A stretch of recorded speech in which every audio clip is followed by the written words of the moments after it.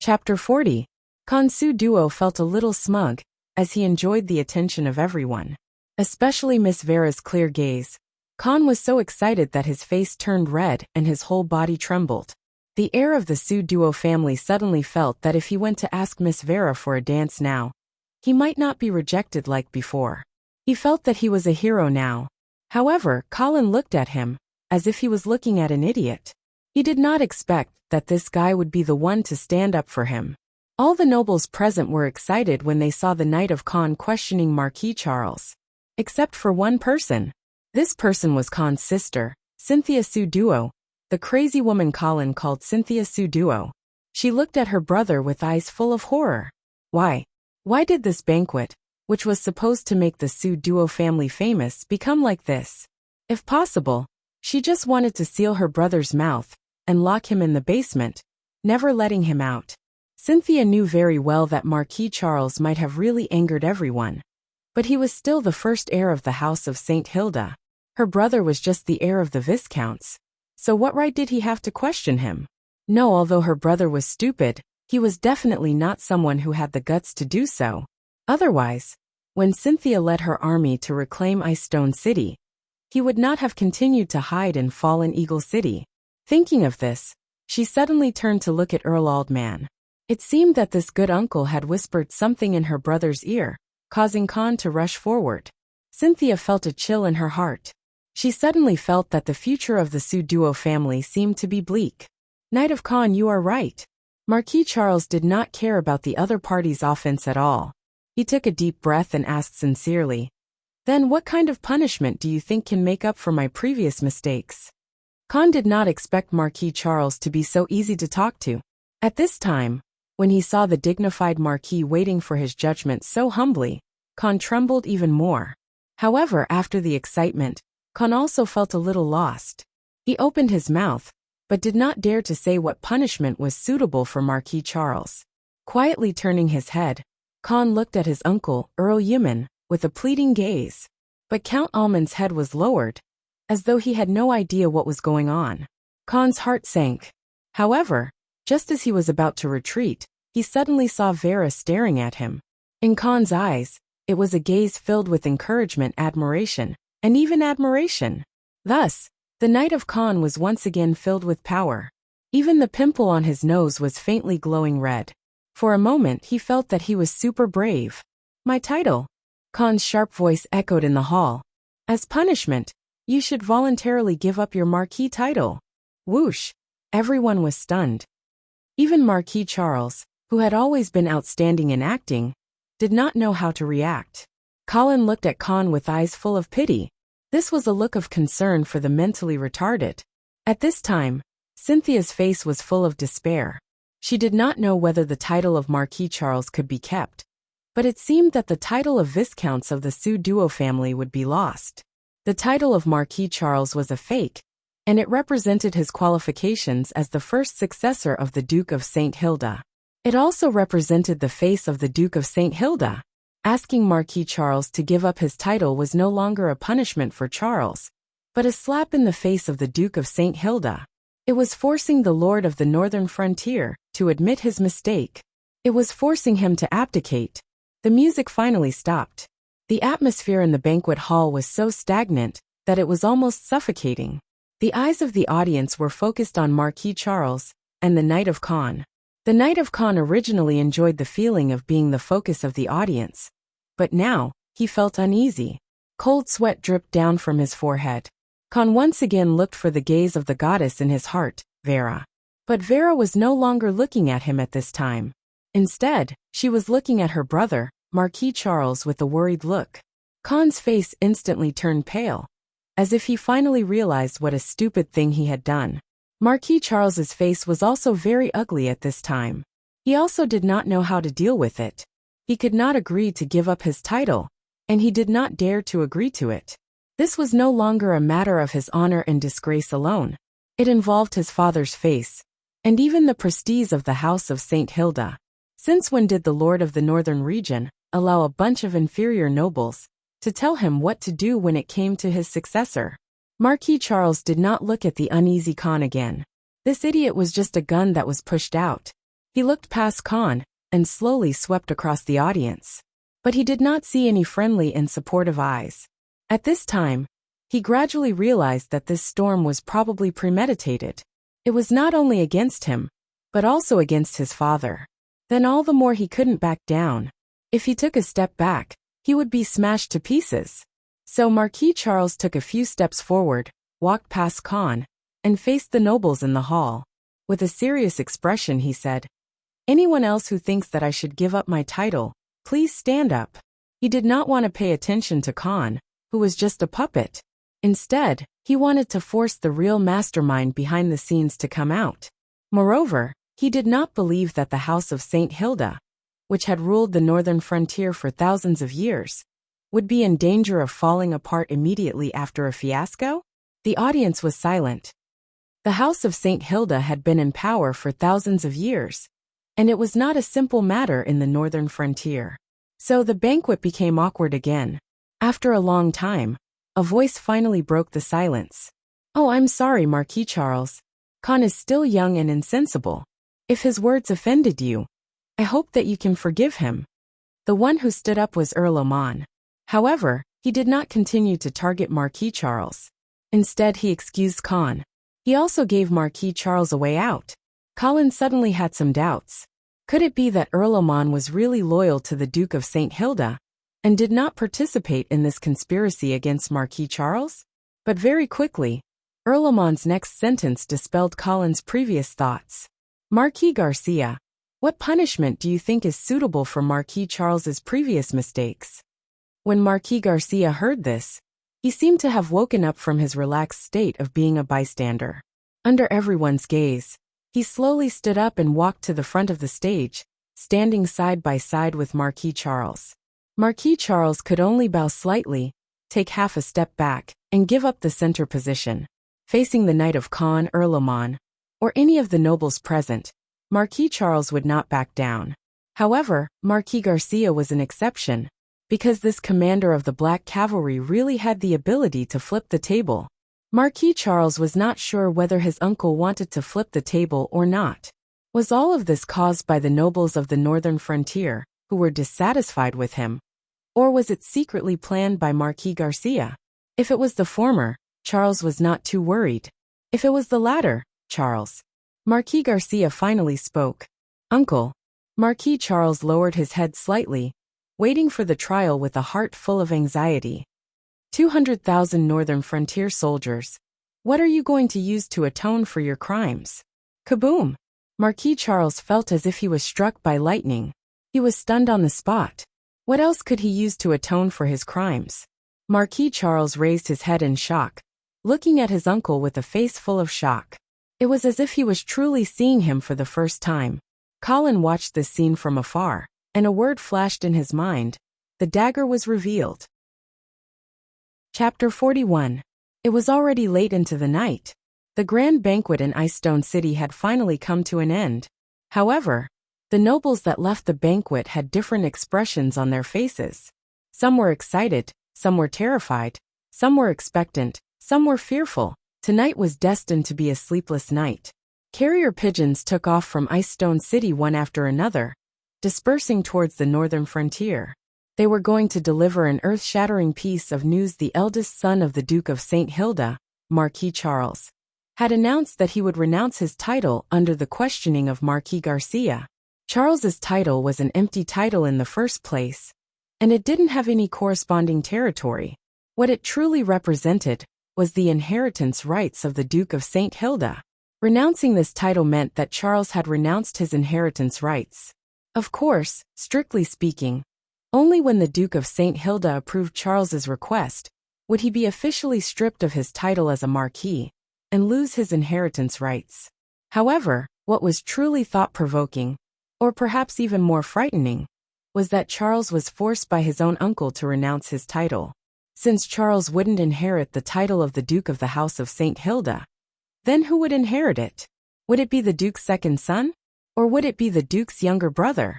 Logically speaking, as the Duke's younger brother, Marquis Garcia's inheritance rights should be behind the Duke's 3 sons, and even behind the Duke's adopted daughter Vera. But now, No one could be sure who would inherit the title of the House of St. Hilda. And would that golden lion flag become a black lion? A terrifying storm was quietly approaching the empire's northern frontier. Some people were overjoyed, trying to take advantage of this opportunity to rise. There were also people who were deeply worried, scared out of their wits by the hidden danger. Colin quietly walked on the streets of Ice Stone City, thinking about how the Angeli family would deal with the upcoming storm. To be honest, he didn't want the northern frontier to become chaotic at this time. This was not because he was loyal to the Duke of St. Hilda, or because he sympathized with Marquis Charles, nor was he worried that this storm would involve Vera. Instead, it was because he knew very well that if the northern frontier fell into civil strife at this time, who would benefit the most?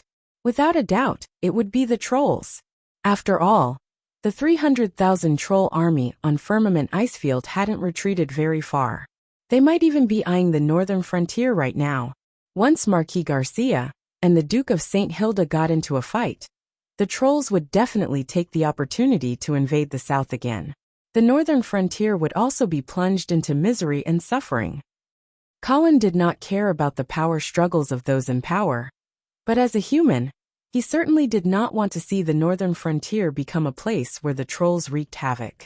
However, it was a pity that his words carried little weight and could not change the current situation.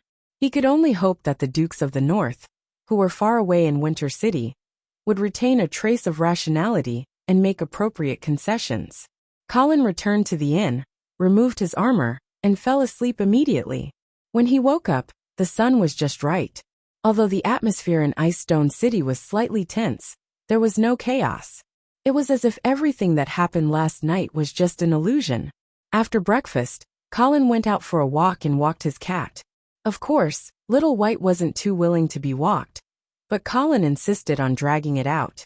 After his protests were ineffective, the angry Little White burrowed into Colin's clothes and continued to sleep. Actually, Colin was not really wandering aimlessly on the streets. He had a destination, the Church of Glory. The Church of Glory in Ice Stone City was not far from the west side of the Su Duo Castle. It was a tall tower made of pure white rock that seemed to be close to 100 meters tall. The sharp top of the tower stood upright, as if it was going to pierce the sky. Colin was no longer as fearful of the Church of Glory as he was when he first transmigrated. After all, he had already drunk the holy water, and even advanced because of it. Actually, when he successfully advanced into an official knight, and could activate the energy of the holy light, Colin already had a guess. The vampires of this world should not be restrained by the church. Thus, he openly walked through the church's door. The guards at the door saw that Colin was dressed extravagantly, and did not stop him. In the spacious prayer hall there was no one. There were only rows of tables and chairs, and a statue erected in the front row. The statue was naturally the image of the God of Glory. It was a middle-aged man wearing a simple robe, his long hair draped over his shoulders. He held a scepter in his right hand, and his left hand pointed forward. The only strange thing was his face. There were no facial features. According to the church, the reason why the God of Glory did not have facial features was because he could be anyone's image, an elegant noble, a poor commoner, or even a lowly slave. Colin raised his head to look at the legendary God who protected mankind, and an inexplicable sense of familiarity suddenly emerged in his heart. He thought for a long time, but could not figure out where this sense of familiarity came from. "Honorable Knight, is there anything I can help you with?" Just as Colin was thinking about the statue of the God of Glory, an old voice suddenly woke him up. "Hello, Honorable Pastor, please call me Colin." The old pastor's turbid eyes flashed slightly and smiled. "So it's Knight Colin. I've heard of your name." Colin was a little surprised. Obviously, he did not expect that he was already so famous now. The old pastor seemed to see Colin's doubts and explained with a smile. "Previously, Archbishop Raven came here and mentioned you to me." Colin suddenly realized that he had left a deep impression on Archbishop Raven. He probably remembered that he had drunk a whole bottle of pure holy water. Stingy bishop. Colin cursed in his heart, but on the surface he looked deeply honored. "I didn't expect Archbishop Raven to remember me. What an honor." May I know what brings you here, Knight Colin? Well, I actually want to buy some holy water, so that I can save myself if I'm seriously injured next time. Since the last advancement, Colin had the idea of the church's holy water. Now that he had some free time, he naturally wanted to get some holy water to drink. So that's how it is. Then please follow me. The old pastor nodded and led Colin through the prayer hall to the back hall. In fact, it was normal for the church to sell holy water. Moreover, the price was extremely expensive. The church did not feel ashamed of this, but justified it. God's gift comes with a price. The two quickly came to a small house in the back hall. The furnishings in the house were simple, with only a bathtub-sized holy water pool in the center. The surface of the pool was as smooth as a mirror, with a milky white holy light. Of course, this was holy water, but it was diluted. Colin resisted the urge to loot the church and handed the water bag to the old pastor. Please fill it up for me. Okay. Gulp. Gulp. The old pastor quickly filled the water bag and returned it to Colin. Knight Colin, a total of 30 gold coins. What a scam. One had to know that this holy water was diluted, not the pure holy water that Archbishop Raven had given Colin to drink. As for how many times it was diluted, according to Colin's understanding, the church's common practice was 1,000 times. Therefore, the true content of all the holy water in the church's holy water pool in front of him was probably not as concentrated as the small bottle in Archbishop Raven's hands. And now, the entire water bag that Colin had spent a huge sum of money to buy was probably diluted from 1 or 2 drops of pure holy water. Colin felt a pang of pain, but he could only hand the 30 gold coins to the old pastor. Let's see if it works first. Colin bid farewell to the old pastor and left the black shop. Chapter 42. Burp. Strolling on the streets of Icestone City, Colin rubbed his stomach and burped. He had just come out of the church and drank his fill. However, the advancement he was looking forward to didn't come. Even his body didn't heat up. Colin thought that it probably wouldn't take effect that quickly. He needed some time to react, so he waited patiently. They waited from early morning until the sun set in the west. Still no reaction. At noon he felt a slight heat in his body. However, it wasn't obvious. Could it be that the dosage was too low? Colin was a bit confused. However, he was also a bit helpless. Last time, Archbishop Raven had extravagantly used an entire bottle of pure holy water to save him because of Vera and Marquis Garcia. Now, if he wanted to get some holy water to drink, he could only buy it with money. However, when he thought of the expensive price, Colin felt a pang of pain. He was afraid that even if the Angeli family went bankrupt, it would only be enough to buy that pool of holy water in the Church of Icestone City. However, with that diluted holy water, it probably wouldn't be enough for him to advance to the 3rd rank. Depressed, Colin went to the small tavern next to the hotel and ordered a cup of deer blood wine to drown his sorrows. Night once again enveloped Icestone City. Colin's hearing also became more sensitive at night. Therefore, the slightly drunk Colin began to sit in the tavern, while eavesdropping on all kinds of gossip. After listening for a while, Colin found that the most discussed topic was the banquet last night, where Marquis Garcia forced Marquis Charles to give up his title. Moreover, most of the people thought that Marquis Garcia's actions were very appropriate. Marquis Charles had to pay the price for his previous defeat. However, not many people realized how big of an impact this matter would have on the northern frontier. This wasn't surprising. After all, they were just a bunch of ignorant commoners. What did they know about politics? Many people did not really support Marquis Garcia. They just wanted to see Marquis Charles suffer. Just like how the arrest of a corrupt official would always cause the masses to cheer, the tragic experience of a superior would always give the inferior some psychological balance. As for whether the superior really deserved it or not, that was secondary. In addition to the unlucky Marquis Charles, the other person who was the most talked about in the pub was the Duke's adopted daughter, Miss Vera, who was making her first public appearance at the northern frontier. This was especially so when it was late at night, and they drank more wine. Everyone gradually forgot about Marquis Charles, and Miss Vera's name became the new focus of discussion. Some people even described Vera's appearance as if they had seen her with their own eyes. There were also some people who were mysteriously talking about Vera's true identity as a sorcerer, and this immediately attracted a lot of attention. Colin took a closer look at the person who had revealed Vera's identity as a sorcerer, and he found that the person looked a little familiar. He guessed that the person was someone who had experienced the Great Escape together with him. However, he did not care much about it. Among the people who had escaped together with him, Colin only wanted to find the filial son, Sar, and teach him a good lesson. However, some of the comments about Vera in the pub later attracted Colin's attention. This was because many people were speculating about Vera's biological parents. Colin suddenly discovered that Vera's biological parents seemed to be a mystery. However, since she was chosen by the Duke of St. Hilda to be his adopted daughter, Vera's biological parents must also be great nobles. Who could they be? Just as Colin was lost in his thoughts, he suddenly heard some drunkards saying very disrespectful words about Miss Vera. Some of their words were really unpleasant to the ears. Colin was furious when he heard these words, and he was about to beat these idiots to a pulp. However, he found that someone had already beaten him to it. As a result, the pub instantly became lively. There were people who were fighting, people who were watching, and people who were cheering. Some of them pretended to stop the fight, but in fact, they were deliberately instigating the fight. Some of them were just watching the fight, but were accidentally injured. Some of them were so excited that they even joined the fight. The whole scene was chaotic, and it was full of hormones that had nowhere to vent. The owner of the pub was the only one who was trying to stop the fight with a sad face.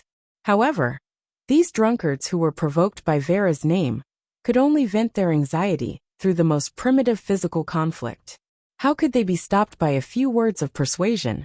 Colin ordered another glass of deer blood wine as he sat in the corner and watched with great interest. Finally, the fierce fight attracted a team of city guards. In front of the fully armed soldiers, these drunkards suddenly lost their temper and were subdued one by one. They were then squatted on the ground to be interrogated. According to the punishment for private fights in the city, these people had to pay a fine of 30 copper coins. Otherwise, they would have to stay in prison for 10 days. Some of them paid the fine honestly. However, there were also some poor people who could not even afford 30 copper coins. There were also some who would rather stay in prison. The latter two were naturally taken away by the city guards. The pub suddenly became a lot more spacious. However, it also became a lot more boring. Colin finished his glass of wine and was about to go back to sleep when he suddenly saw an acquaintance walking in. Knight Bliss. Yes, the person who came in was the knight of the House of St. Hilda, who had escaped with Colin. Knight Bliss followed the voice and found Colin. There was a rare smile on his cold face as he walked over and sat down next to Colin. Your right hand. Colin noticed that the other party's right arm was empty. After the battle at the Rapids River, Colin directly fell into a coma. Knight Bliss had received orders from Marquis Garcia and left before Colin woke up. Therefore, Colin did not know that Bliss had become a one-armed hero. It's nothing. I was injured in the battle at the Rapids River, Knight Bliss said casually. Seeing that the other party did not want to say more, Colin did not dwell on this topic and asked, "What would you like to drink?" "It's on me." "What are you drinking?" "Deer blood wine." Knight Bliss looked at Colin in surprise. It seemed that he did not expect the seemingly gentle barren air to have such a strong taste. "Then give me a cup of the same." Colin smiled and ordered a cup of deer blood wine for Bliss. After the battle at the Rapids River, where did you go? Winter City. Colin's eyes narrowed slightly and quickly asked, "Where did you go?" But he seemed to realize something and quickly added, "If it's not convenient to say, then forget it." "It's not inconvenient." After the battle at the Rapids River, Knight Bliss seemed to have recognized Colin and seemed to have a stance of not hiding anything. "I was ordered by Marquis Garcia to go to Winter City to ask the Duke for a military order." Colin thought to himself, as expected. Then he asked again, "So, what military order did you bring back?"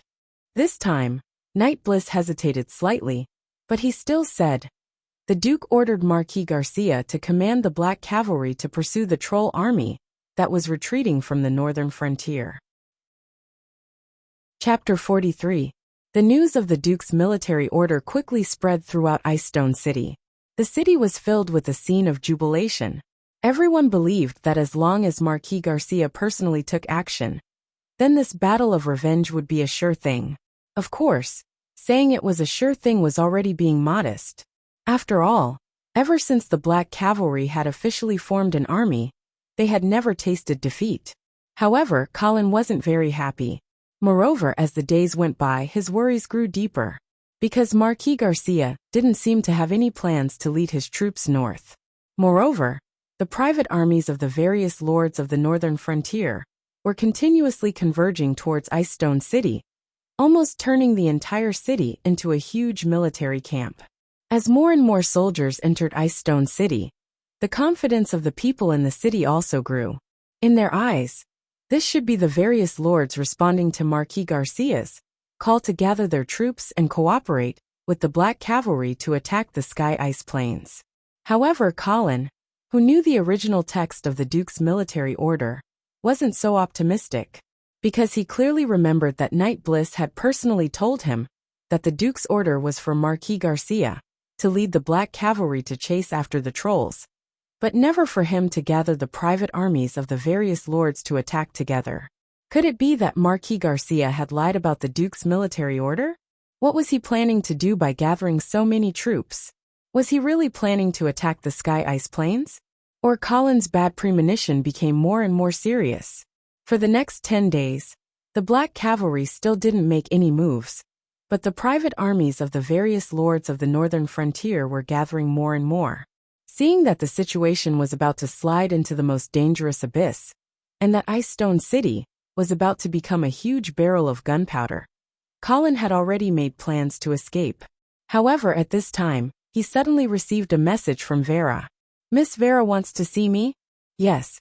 Under the gaze of the maid, Colin hesitated for a while before finally sighing. "All right, lead the way." The maid led Colin into the Sioux Duo clan's castle, and arrived at a garden in the backyard of the castle. In the garden, Colin saw Vera's figure at a glance. After not seeing her for a long time, this female mage had lost a lot of weight. It seemed that she was also worried about the current tense situation. "Colin, you're here." Vera looked calm and serene under the morning sun. She wasn't dressed in noble attire today. Instead, she was dressed casually. She was wearing a thin white shirt and a short black skirt. There was a small rose embroidered on the left breast of the shirt and the corner of the skirt. However, even with such a simple disguise, it was hard to hide her beauty. When Colin came in, she was concentrating on taking care of a plant in the garden. After seeing Colin, Vera smiled and waved at him, as though she was a young girl who was waving at her first love. He didn't know why, but as soon as he saw Vera, Colin's anxious heart suddenly calmed down. He walked over and bowed. "Good morning, Miss Vera." "Good morning, Colin. Have you had breakfast?" "Yes, I have." "Then would you like something to drink?" "Coffee." Vera gestured for the maid to bring a cup of coffee. Colin thanked him and took it. He took a sip. After the rich bitterness entered his mouth, it turned into a faint sweetness, with a fragrance that seeped into his soul. "Not bad, right?" Vera smiled when she saw Colin's expression. "This is the Sioux Duo clan's treasure." "Haha, then I am still taking advantage of you." Colin held the cup of coffee and squatted down beside Vera. He looked at the plant in front of her and asked, "Is this the flower that you planted?" "This is not a flower." Vera shook her head. "This is the twin grass. It is an extremely precious plant for mages. Moreover, I did not plant it. It was given to me by the Knight of Khan." "Is that so? It seems that the Knight of Khan is really generous." First he gave her a cup of coffee, and then he gave her a precious plant. Did this Knight of Khan empty the Sioux Duo clan's coffers just to please Vera? Although Colin praised this kind of man on the surface, he was already cursing him in his heart. TSK. This kind of man could be said to be the public enemy of all men. This was because their behavior raised the psychological expectations of girls and greatly damaged the interests of other men. For example, Colin did not know what gift to give to Vera now. He did not know what gift to give her. He could not even afford to give her a better gift. Vera did not know what the man next to her was thinking. She stared at the twin grass in front of her and suddenly sighed. Do you know? This twin grass looks like a single plant, but it is actually a pair. Ever since it was born, the branches of this pair of twin grass have been entangled together to support each other. However, because they are entangled too tightly, they torture each other. Do you see that drop of light green juice? That is the result of their branches entangling and squeezing each other. As she was speaking, the drop of juice gradually formed and suddenly fell to the ground. When it fell to the ground, it did not seep into the soil. Instead, it turned into an amber-like green gem. Vera carefully picked up the green gem and explained, "This is the crystallization of the twin grass's juice. It is an extremely precious spellcasting material. However, this is actually the blood and tears that they shed when they torture each other." This was the first time that Colin had seen such a magical plant. He could not help but look at it a few more times out of curiosity. However, he immediately realized that Vera's words seemed to be implying something. The Duke of St. Hilda and Marquis Garcia. Was the relationship between the two brothers similar to this twin grass? Were they supporting each other? But at the same time, they were also fighting against each other? Vera put away the crystal of the twin grass. She then turned around and said to Colin, "You should know that my father and uncle are in a bad situation right now. So can you help me persuade them?" Your father and uncle are in a bad situation right now. Colin was speechless. However, on the surface, he comforted her and said, "Don't worry, nothing will happen. However, I am an outsider. It is not easy to persuade them. Have you tried to persuade them yourself?" "Of course I have." Vera puffed up her cheeks and seemed to be a little angry. "However, my uncle did not listen to my advice at all. As for my father, I have already written 2 letters and sent them to Winter City. However, both letters have been ignored." Colin was silent. Vera was a little anxious. "Do you know? Recently, I have received news that the Golden Lion Legion has begun to assemble. It seems that they are planning to march towards Icestone City." Colin was shocked. The Golden Lion Legion was the direct army of the House of St. Hilda. If this army was also mobilized, did it not mean that the Duke of St. Hilda had already shown that he would not compromise, and was even prepared to die together with them? "Colin, you are always able to come up with a solution in a desperate situation. This time, you must help me." In the face of Vera's gentle request, Colin could not say no at all. At this time, he finally understood what it meant to be a femme fatale. "Okay, I will go with you to see Marquis Garcia." "Thank you, Colin. Don't be happy too early. I can only try my best to persuade them. As for whether it will succeed, whether it succeeds or not, I will be grateful." Chapter 44. Is the Marquis not in the castle? Yes, the Marquis has gone to the outskirts of the city to hunt. Colin and Vera both failed to find the Marquis Garcia in the castle at the moment. "Then, can I trouble you to take us to see him?" "Of course, it would be my pleasure." In the face of Vera's request, the Marquis bodyguard certainly would not refuse. Therefore, Colin followed the Marquis bodyguard to the stable to get the horse, while Vera went back to change into a set of clothes that was more convenient for riding a horse. When Colin arrived at the stable, he bumped into an old acquaintance. "Good morning, Knight Cynthia." Colin greeted her with a smile on his face, but in his heart, he was already cursing her as a crazy woman. Cynthia seemed to have just come back from outside, and she was stunned when she saw Colin. She then asked him with an unhappy expression on her face, "What are you doing here?" "I am not here to look for you." Colin saw that this crazy woman was being so rude, and he could not help but retort back. Cynthia glared at him, and her right hand reached for the sword that was on her waist. Colin was shocked. This woman was really crazy. She wanted to start a fight because of a disagreement? The Marquis bodyguard who was standing next to them was also shocked by the two of them, and he did not understand the situation at all. However, when he saw that the situation was getting out of hand, he quickly stood up and explained. "Knight Cynthia, Knight Colin was invited to the castle by Miss Vera. He is now going to the outskirts of the city to meet the Marquis Garcia." Cynthia was about to scold the bodyguard when she saw that he dared to interrupt her. However, when she heard the name Marquis Garcia, and saw the black lion emblem on the other party's breastplate, she suddenly stopped. She had to look at the owner before she hit the dog. The bodyguard of the Marquis Garcia was not an ordinary bodyguard. Although Cynthia was crazy, she was not stupid. When Colin saw that Cynthia was scared, he was about to say a few words to ridicule her. However, when he turned around and saw the servant who was holding the horse for Cynthia, he suddenly smiled. It was another old acquaintance. Filial son Sar. "Knight Cynthia, the servant holding your horse looks good. Are you willing to sell him?" "Not for sale." Cynthia rejected without even thinking about it. Colin wasn't surprised by Cynthia's answer. Instead, he said calmly, "Don't be in a hurry to reject me. Don't you want to hear my offer?" Cynthia's sword-like eyebrows rose slightly. After a moment of hesitation, she nodded and said, "Then tell me about it." Hearing this, Colin's lips immediately curled up. He took the bait. Even though Sar kept his head down, Colin still keenly noticed his clenched fists, and his body instantly stiffening. He was a poisonous snake. This was Night Bliss' evaluation of Sar.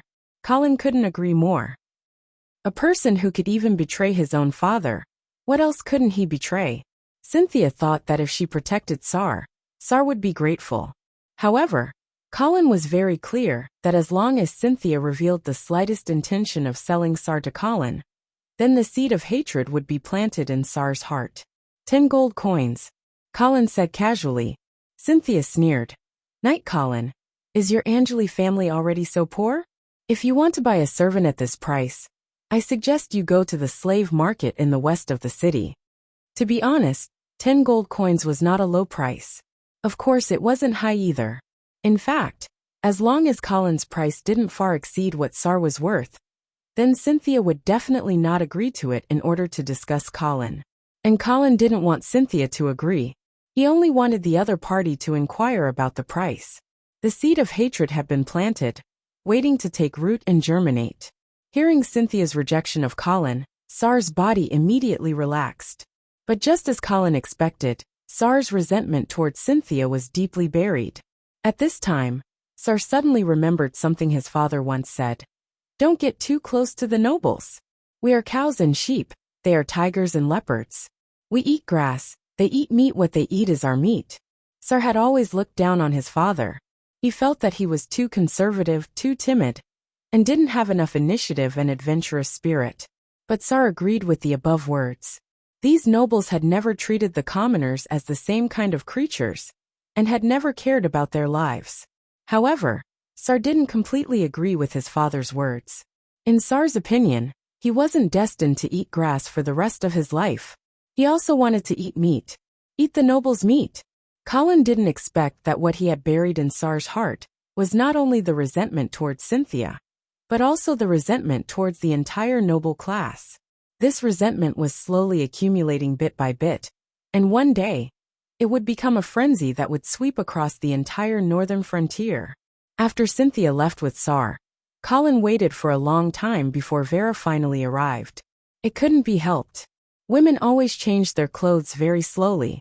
Moreover, the speed was usually inversely proportional to the beauty of the clothes. Of course, when Colin saw Vera after changing her clothes, he still felt that it was worth it no matter how long he had to wait. He saw that she had changed into a purple chiffon shirt, with a white military uniform on the outside. Her tight breeches outlined a pair of round and straight legs, firmly attracting the attention of a certain LSP. Vera seemed to have noticed Colin's gaze, and her small face blushed a little. "Let's go, Colin." "Okay." The three of them got on their horses, and went all the way to the outskirts of the city. The spring morning was bright and sunny. Even though Colin hated direct sunlight because of his bloodline, he had to admit that it was a beautiful morning. It was suitable for a spring outing. Unfortunately, the atmosphere was not right. The current tense situation made Colin and Vera not in the mood to talk, and they were only focused on galloping all the way. Under the guidance of the Marquis bodyguard, the three of them gradually approached the Black Cavalry's camp outside the city. Facing the strong murderous aura, Colin didn't even have the time to peek at Vera's vigorous figure as she rode the horse. The situation seemed to be wrong. Wasn't it just a hunt? Why was there such a murderous aura? Colin frowned as he tried to think of a way to persuade Marquis Garcia later. To be honest, he was not very confident. In his opinion, since that night when Marquis Garcia forced Marquis Charles to give up his title in public, there was no room for negotiation. To be honest, Colin always felt that Marquis Garcia was not very smart in dealing with this matter. First, he pushed out Khan Sudwa to attract the firepower, and then in the name of smoothing things over, he was actually trying to get Marquis Garcia involved. He achieved his goal without leaving a trace, but he did not let himself get too involved in this whirlpool. The whole operation was very smooth, and he could advance and retreat freely. This was the quality and means that an old politician should have. And Marquis Garcia, this person who was the best in the northern frontier, in terms of military talent, seemed to be a little naive. Just as Colin was thinking, the three of them arrived at the center of the Black Cavalry's camp and saw Marquis Garcia. "Uncle." Marquis Garcia nodded to the two of them, as if he was not surprised by their arrival. "Uncle, where are you going to hunt?" Vera looked at the Black Cavalry's army that was ready to go, and her heart was beating fast. At this time, Colin's mood had already sunk to the bottom. Although he had not started to persuade him, looking at the Black Cavalry, there was no way he could persuade him. They were ready to fight. In Colin's desperate eyes, Marquis Garcia raised his horsewhip and pointed to the north. "Sky Ice Field." Sky Ice Field? Yes. Marquis Garcia smiled and said affirmatively, "I am going to hunt in the Sky Ice Field." Vera was still in a daze, but Colin had already reacted. They had been deceived. The entire northern frontier had been deceived. No, not only the northern frontier. Even the trolls had been deceived. Marquis Garcia deliberately created a tense situation with the Duke of St. Hilda in order to confuse the enemy. He wanted everyone to think that the Black Cavalry was going to cause civil strife in the northern frontier.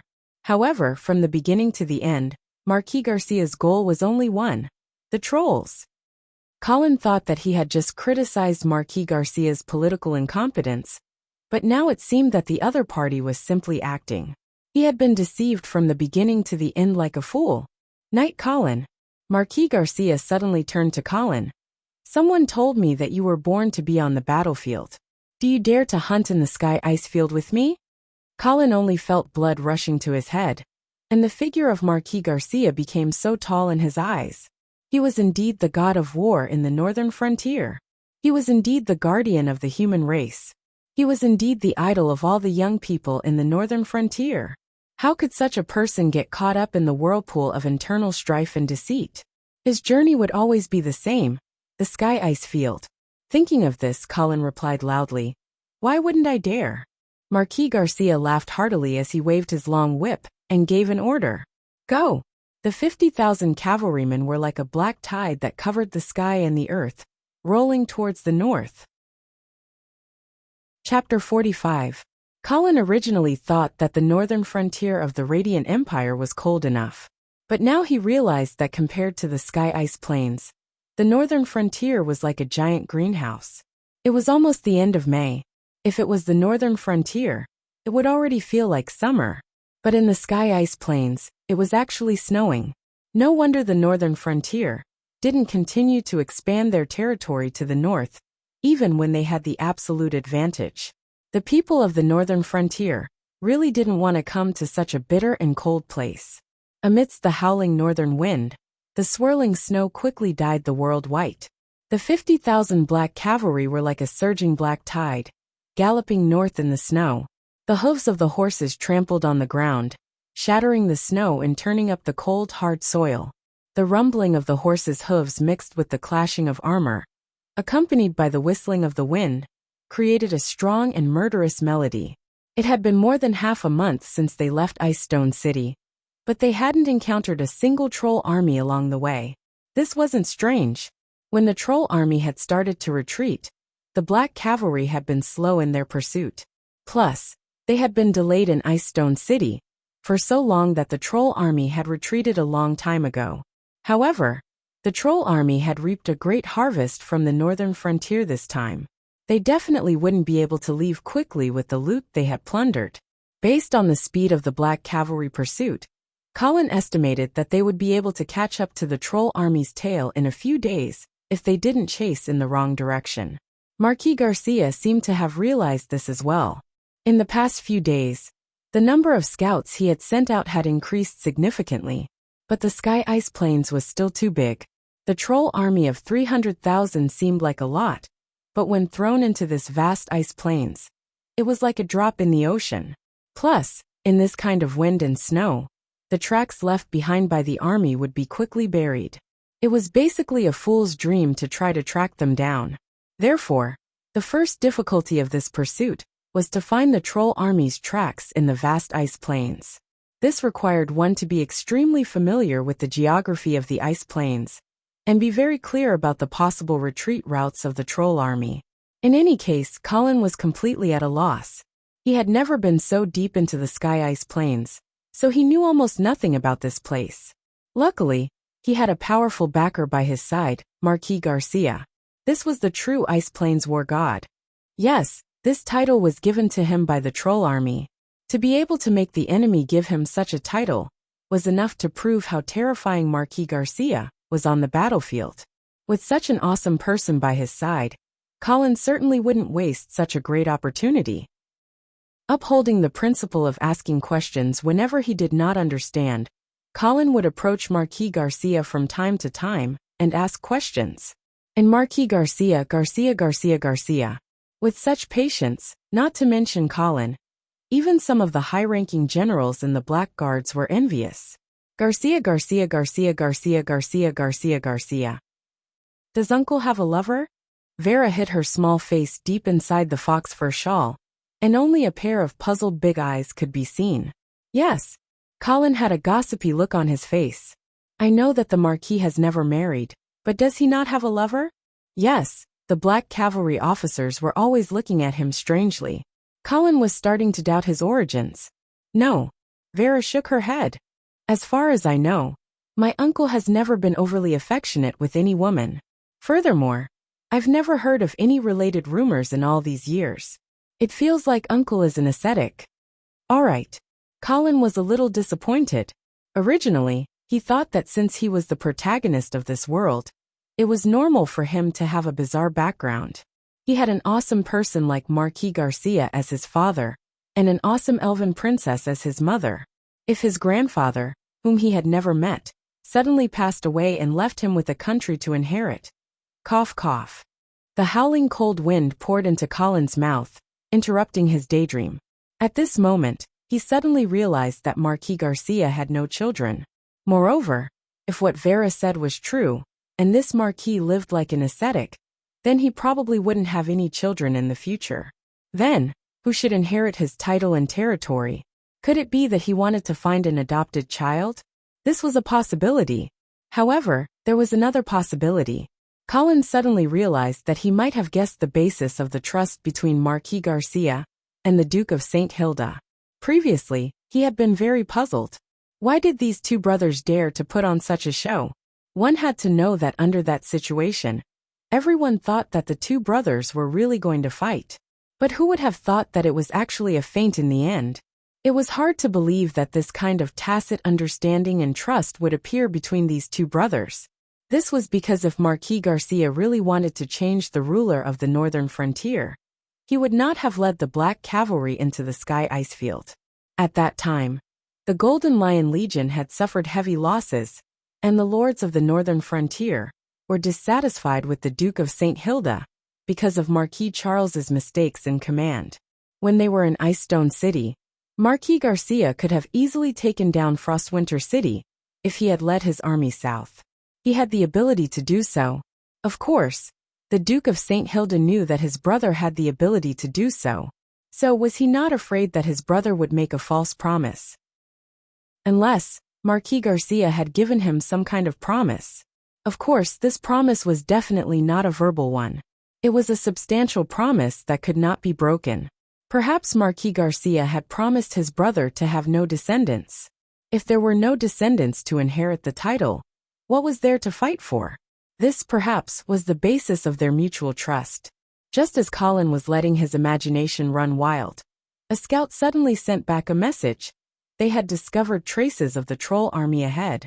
They had finally caught up. Colin could clearly feel that the soldiers were instantly excited. These soldiers who had trekked thousands of miles in the wind and snow did not have the slightest bit of slack or cower. They only had a monstrous will to fight. This was the strongest army in the northern frontier, the Black Cavalry. However, Marquis Garcia's military order came, ordering the entire army to stop advancing and set up camp on the spot. This was normal. After all, it was impossible to rush forward as soon as they discovered traces of the enemy. That was not marching to war. That was called recklessness. A calm general would understand the situation of the enemy in detail before making further decisions. Colin followed Marquis Garcia for a few kilometers and came to the place where the scouts had discovered traces of the enemy.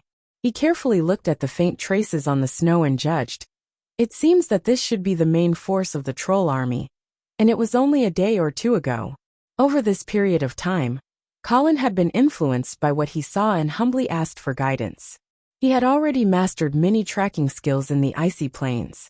Marquis Garcia nodded and agreed with Colin's judgment. He then asked, "Then, do you think we should continue chasing?" "Why not?" Colin was somewhat puzzled. Wasn't this the reason they had trekked thousands of miles in the cold? But Marquis Garcia shook his head. "No, this is not our goal." Chapter 46. When night fell, the snow finally stopped. But this didn't mean that the most difficult time had passed. In fact, it wasn't cold when it was snowing, but it was truly frightening after the snow.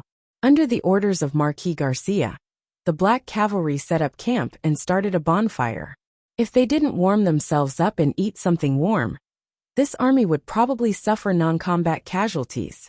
Colin didn't squeeze into the tent, but instead huddled under the belly of the warhorse and warmed himself up by the fire.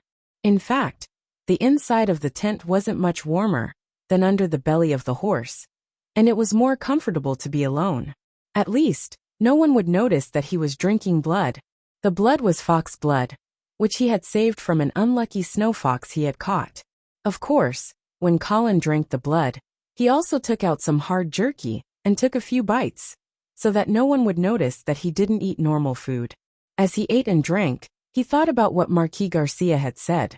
At that time, Colin didn't really understand, but the Marquis didn't explain in detail. Colin didn't pursue the matter.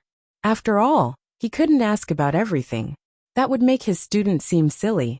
That's right, at this moment, Colin already considered himself as Marquis Garcia's student. Just as he was thinking about Marquis Garcia's true intentions, a figure came over. "Do you want some wine?" With the help of the fire, Colin saw who it was.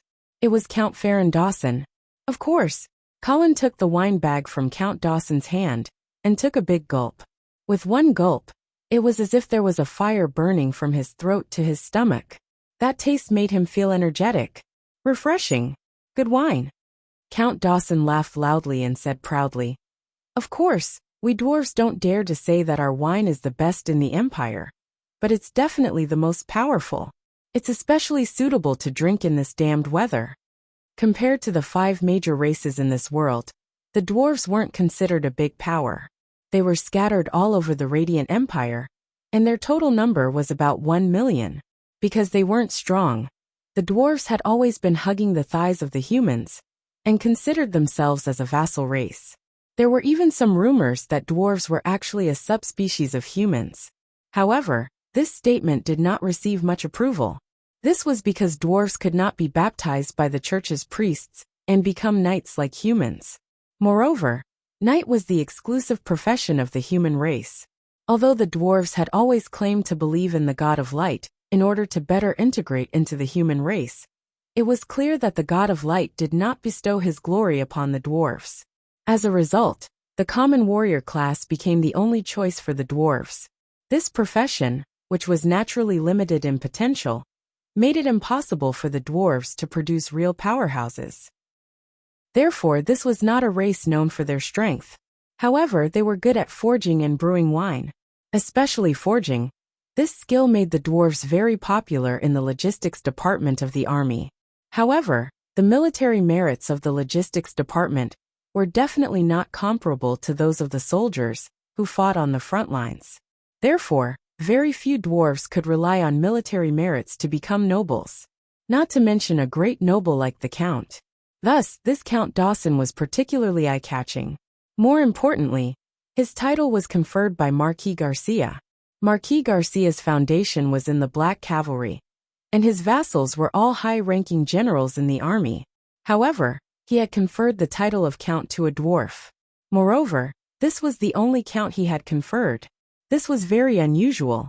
The Black Cavalry was a pure cavalry army, and the dwarves' height limited their possibility of becoming outstanding cavalry. Moreover, according to Colin's understanding, although Count Dawson was a warrior, his rank was not high. Therefore, Count Dawson's military merits did not depend on his strength. In the Black Cavalry, Count Dawson seemed to be Marquis Garcia's shadow. Marquis Garcia was the soul of this army, and the flag on the surface. Count Dawson, on the other hand, was the manager behind the scenes, maintaining the logistical support of this army, as well as the tedious daily affairs. Although Count Dawson's work was mostly unknown, he was able to be conferred the title of Count by Marquis Garcia. From this, one could see how important he was to the Black Cavalry. Thus, after Colin entered the Black Cavalry, apart from Marquis Garcia, the person he paid the most attention to was Count Dawson.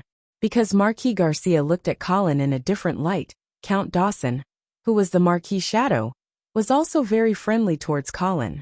Thus, the two gradually became familiar with each other. At this moment, Colin and Earl Dawson were curled up under the belly of the horse, each of them drinking wine and chatting about everything under the sun.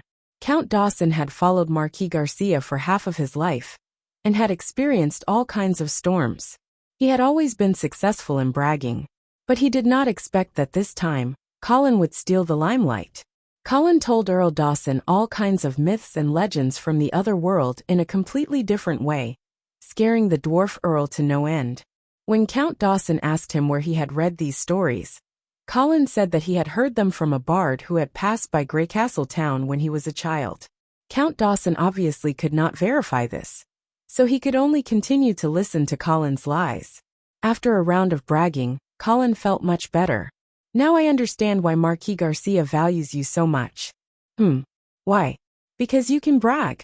Colin laughed heartily. He obviously knew that the other party was joking. However, his expression changed as he asked, Count Dawson, do you really think that Marquis Garcia values me because of this? Seeing Colin's serious expression, Count Dawson knew that he was asking sincerely. Thus he stopped joking and asked, why do you think? Colin drank a mouthful of wine, and thought for a moment before he said, it is either because of the battle at the Rapids River, or because of Miss Vera. But I don't think these two reasons are enough for Marquis Garcia to take care of me like this, right?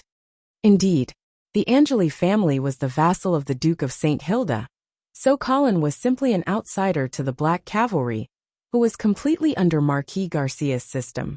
No matter how outstanding Colin's war talent was during his escape, and no matter how good Miss Vera's impression of him was, it was not enough for Marquis Garcia, who was the god of war on the northern frontier, to take care of an outsider like him.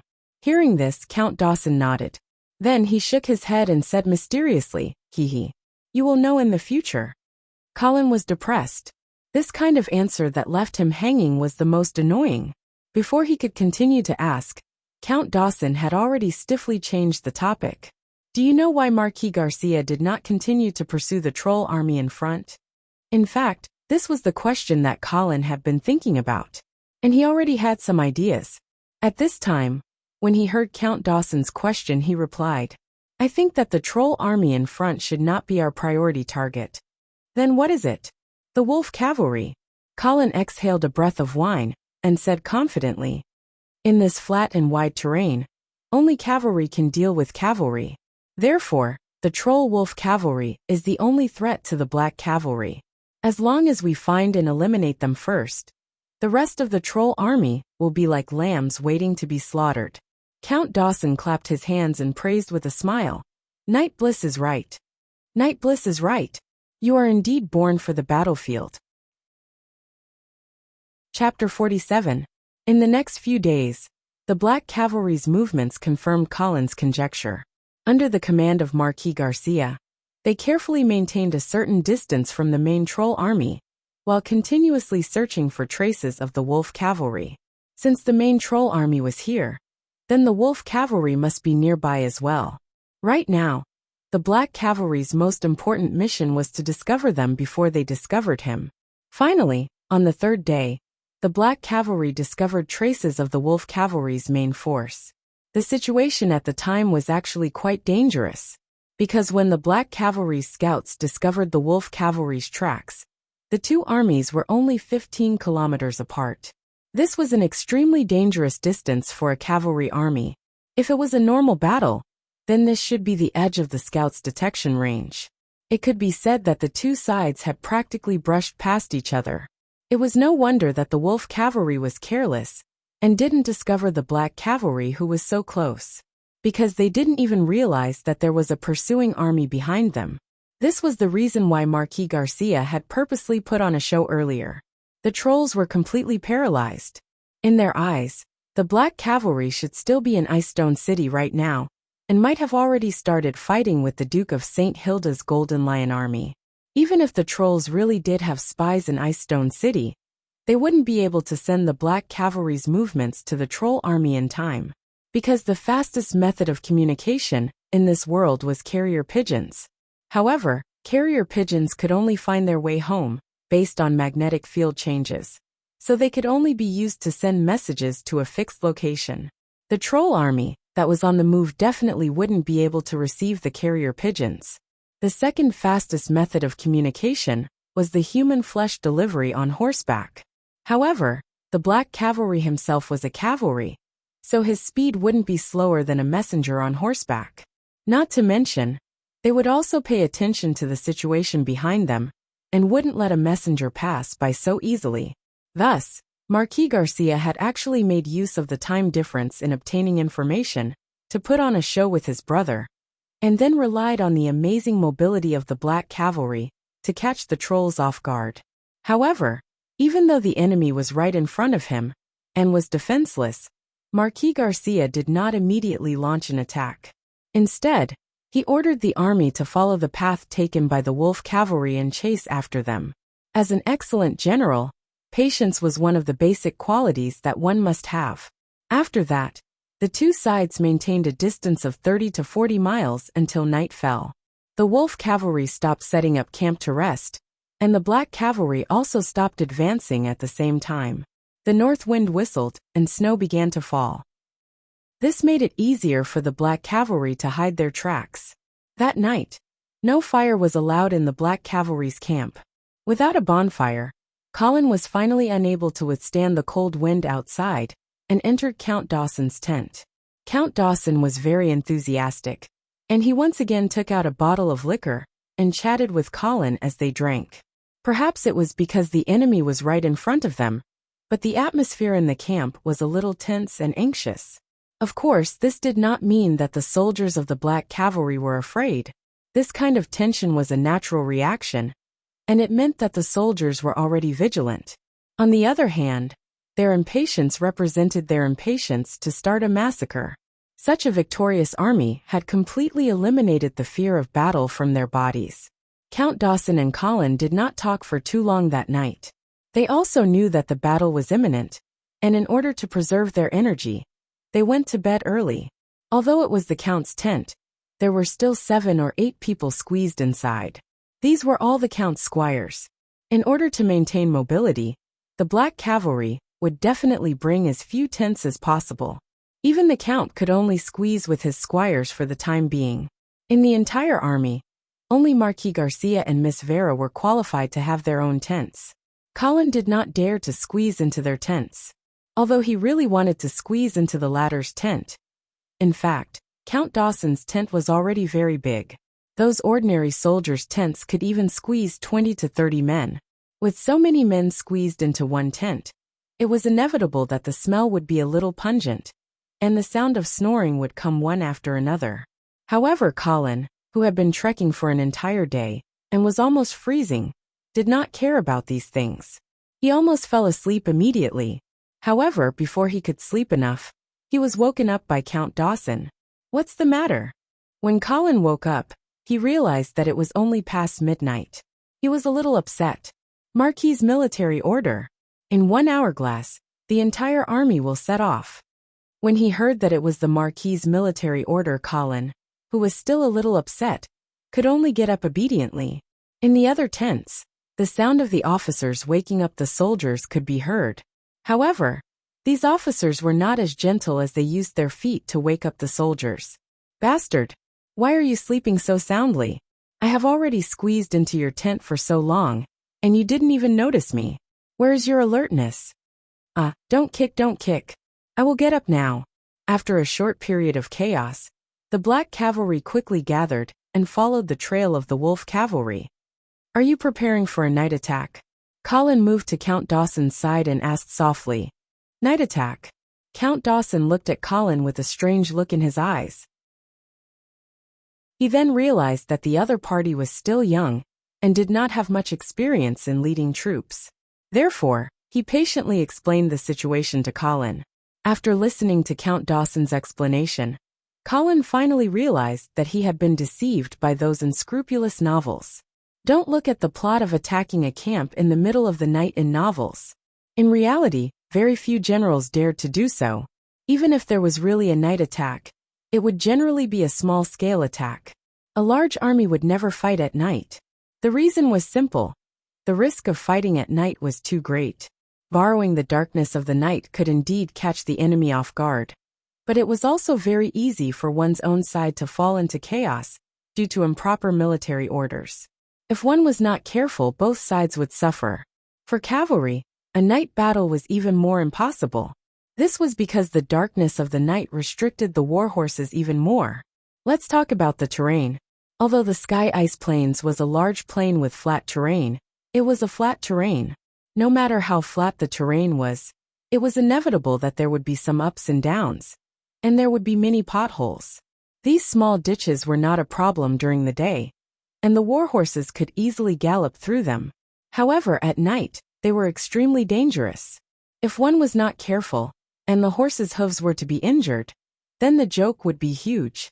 Therefore, for a cavalry army, it was still possible to hold torches, or use the moonlight to slowly march. However, if they wanted to charge into battle, then their brains would be muddled. Marquis Garcia naturally would not make such a low-level mistake. Therefore, at this moment, his orders were only for the Black Cavalry to use the darkness of the night to carefully approach the Wolf Cavalry camp, and not to attack in the darkness. It was no wonder that Colin did not understand this. Although he had followed his father Baron Angeli to the battlefield, the Angeli family's army did not have organized cavalry. Cavalry was an expensive troop type, and normal nobles could not afford to raise them. Therefore, he knew very little about cavalry warfare. Under the bright moonlight, the Black Cavalry approached the enemy step by step.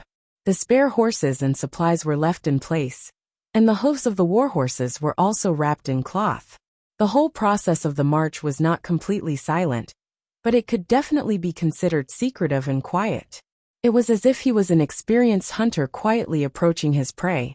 The moment the prey noticed, perhaps the arrow would have already been shot in front of him. After an unknown amount of time, Colin finally saw the dots of light in the distance.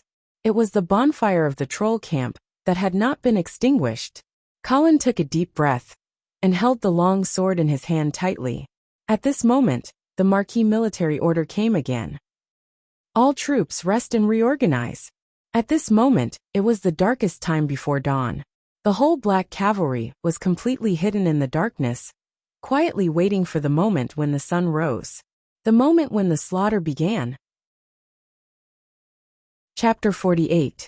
When the first ray of sunlight shone on the ice plains, the snow suddenly stopped. Colin, who was dozing off, felt someone nudging him. "What's the matter? Are we going to fight?" Colin instantly woke up. Yes. Count Dawson, who was beside him, had a resolute expression as he looked forward. At the same time, the messenger ran back and forth in the army formation, passing on the Marquis orders. "Everyone, get on your horses and prepare for battle." Following this order, the Black Cavalry gradually woke up. The soldiers began to check their armor, horse gear, and weapons. Then, under the urging of the officer, They got on their horses and got into formation. As the sky gradually brightened, rows of cavalry in black armor were already neatly arranged on the ice plains. The aura of slaughter began to spread in the army formation. Faint traces of blood slowly appeared in each and every pair of eyes. All the exhaustion and coldness disappeared without a trace at this moment. All that was left was surging hot blood and unconcealable tyranny. Colin, who was in the middle of it, could not help but be infected by this atmosphere. His breathing gradually became heavy, and his rationality gradually faded. A primitive and bloody impulse that was rooted in the blood of all living creatures began to flourish. At this moment, he suddenly understood what a real army of tigers and wolves was, an invincible army.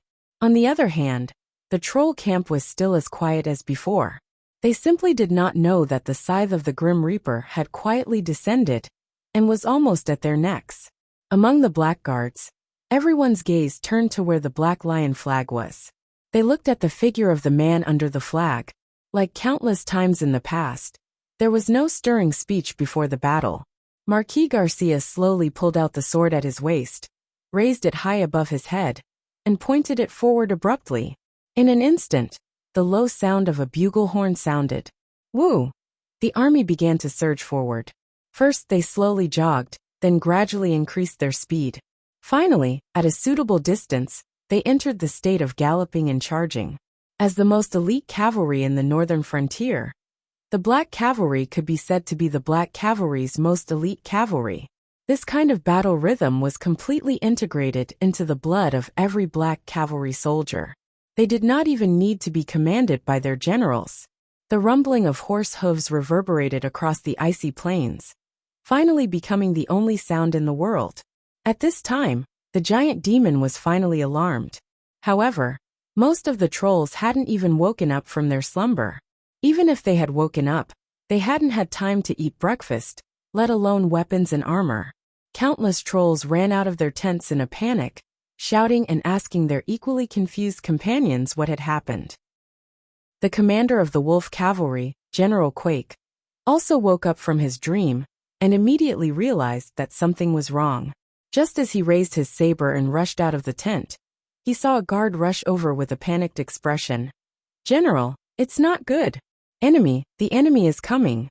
Quake kicked the guard over, then jumped onto the back of his wolf mount and looked in the direction of the sound. Then, his eyes instantly widened to the extreme, as if they were about to split open, because he realized that a lot of cavalry, were charging towards them. Quake's first reaction was that it was impossible. He had led troops in battle for so many years, but he had never let so many cavalrymen get so close to him before he realized it. Such a strange thing almost subverted his understanding of the world. But in the next moment, Quake threw all of his inconceivable thoughts aside, because he had already seen the Black Lion flag fluttering in the wind. Black Cavalry. In an instant, all the blood in Quake's body froze. He suddenly calmed down. It was as if at this moment, the leader of the Wolf Cavalry had foreseen his inescapable fate.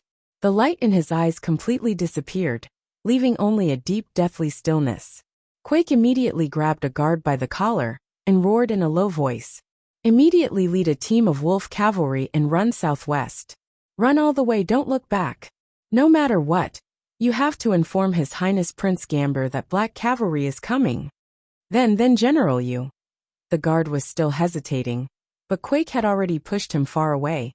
Get out of here, get out of here."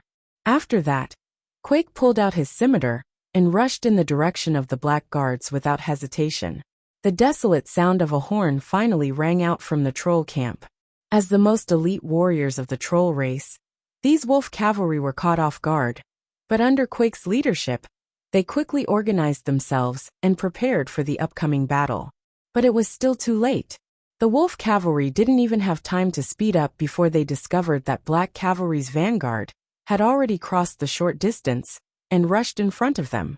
The human cavalry, full of murderous intent, raised their sabers at an angle. Under the morning sun, they looked like a surging silver wave. Then, this surging wave instantly rushed into the troll camp, bringing with it a spray of blood and flying limbs. Quake roared at the top of his lungs, trying to maintain the loose formation, and not let it be completely destroyed. At the same time, he gathered a group of wolf cavalry and turned around to run away from black cavalry. This wasn't an escape. The moment he saw the black lion flag, Quake was prepared to die in battle. Quake didn't feel humiliated to die at the hands of Marquis Garcia. Instead, he felt honored. But he still had some regrets, because he felt that he wasn't ready. Even if he lost, he still hoped to make the most powerful attack and let Marquis Garcia know how powerful he was. He understood that the most important thing in a cavalry battle was speed, and speed required distance, so he planned to lead his troops in the opposite direction. After a certain distance, he would wait for an opportunity to counterattack.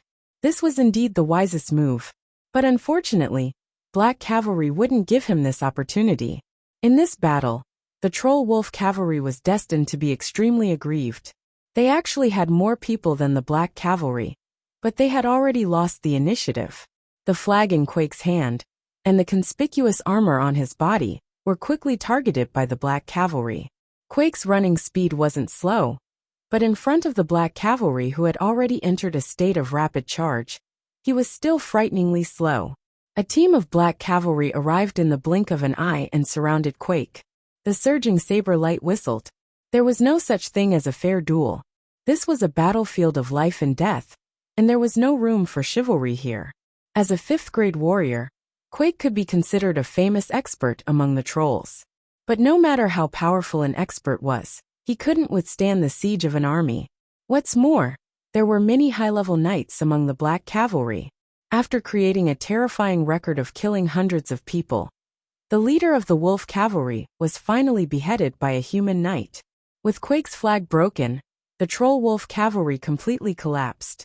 The black cavalry passed through the field, leaving behind a ground full of corpses and flowing blood. This was a complete massacre. Chapter 49. The setting sun was as red as blood. The slaughter that had lasted for an entire day finally subsided. This wolf rider camp had become a graveyard in the truest sense of the word. Dense black dots hovered in the sky. They were vultures that had been attracted by the smell of blood. Wherever there was death, there would be their shadows. Of course, the black cavalry also had casualties.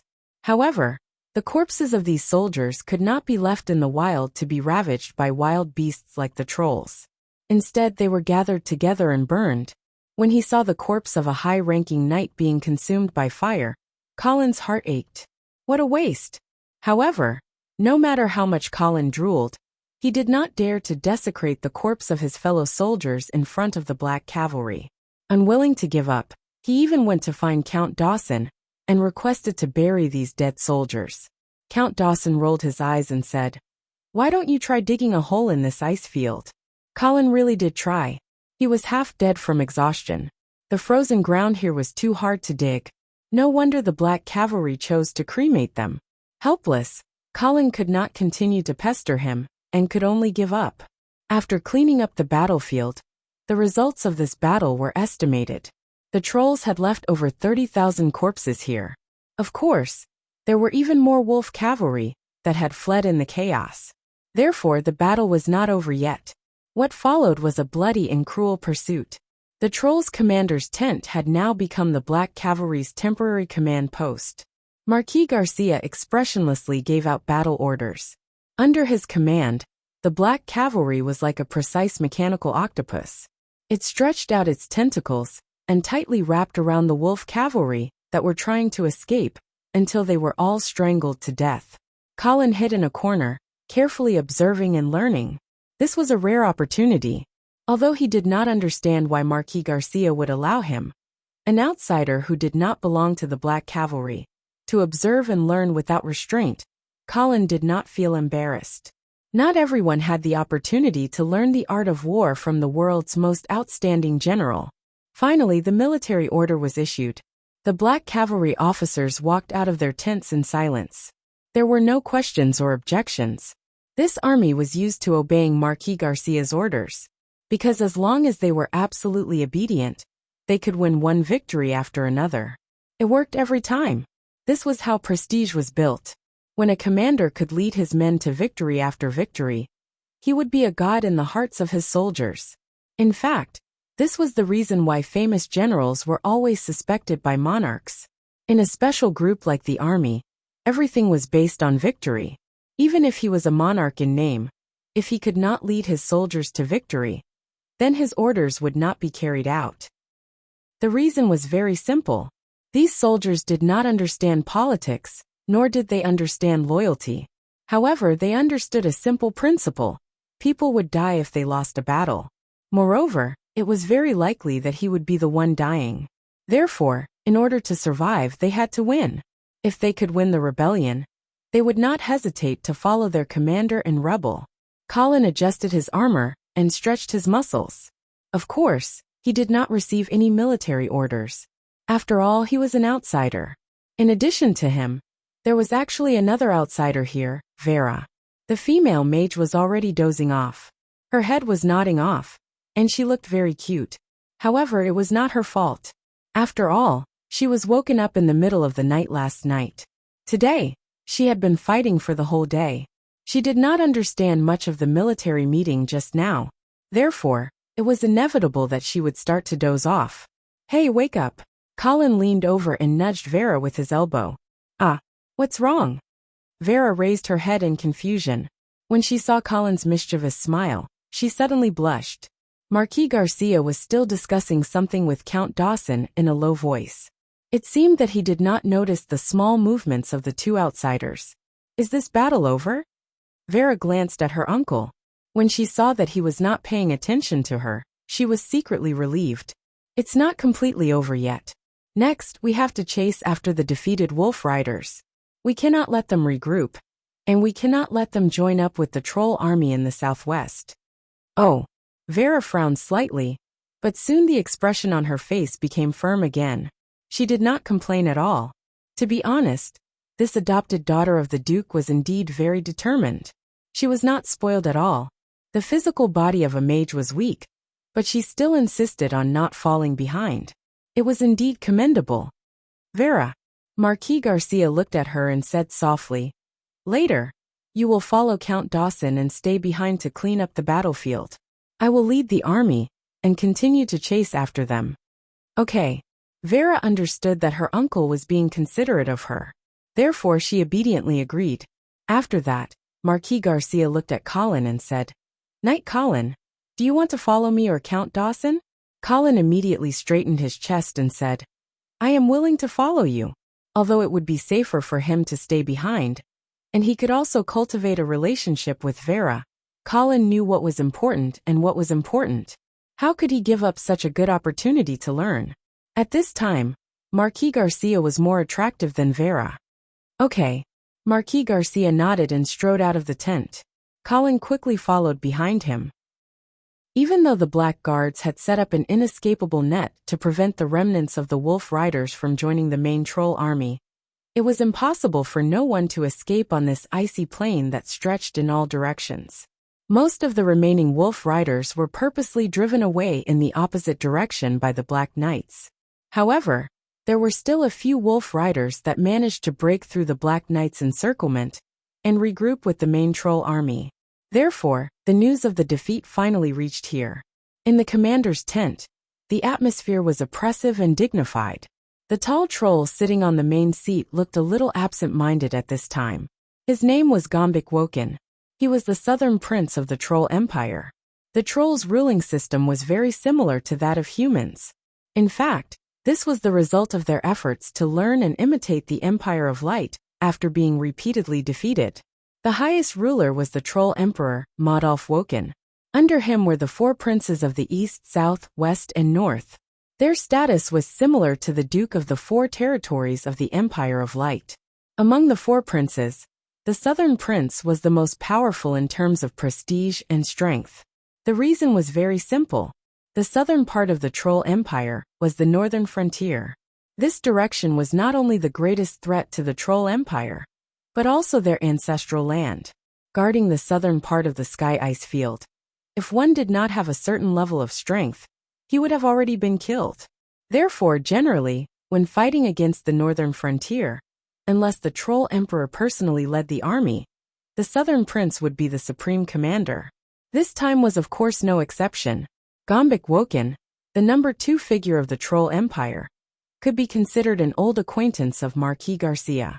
The two of them had fought for more than 10 years, and Gombik had never won. But even so, his reputation in the Troll Empire was growing day by day. The reason for such a strange situation was that although Gombik had always lost, he had lost the most beautifully. Sometimes he could even exchange blows with Marquis Garcia. As for the other generals of the Troll Empire, as long as they met the Black Cavalry, they would lose without exception. Therefore, Gombik Woken became the only troll general who could contend against Marquis Garcia. In this southern expedition, Gombik took advantage of the fact that Marquis Garcia was transferred away from the front lines and used victory after victory to announce to the world, it was not that Gombik was incapable, but that Marquis Garcia was too abnormal. If you don't believe me, take a look. Once Marquis Garcia is no longer around, no one in the northern region will be his match. But he did not expect that Marquis Garcia would actually return. Moreover, he had used such a quiet method to deal him such a ruthless blow. Gombik stared blankly for a long time, before finally opening his mouth. His hoarse voice echoed in the commander's tent. "Everyone, what should we do now?" However, the troll generals in the tent looked at each other in silence. The entire tent was deathly silent. Chapter 50. The midday sun shone on the icy plains, bringing some warmth. However, all the troll soldiers felt was a bone-chilling cold. No one knew when it started, but squads of Black Cavalry scouts appeared around the army. They looked at them from afar, as if they were staring at their prey. Compared to the 200,000 troll army, the Black Cavalry scouts were like ants beside an elephant's foot. They were weak and insignificant, as if the elephant could casually stomp them to death. However, the ones who were truly nervous were the troll army, this bloated elephant. The 200,000 troll army that had won the battle had inevitably spread out during the long march. In particular, the army at the back responsible for transporting the loot had long since disappeared from sight.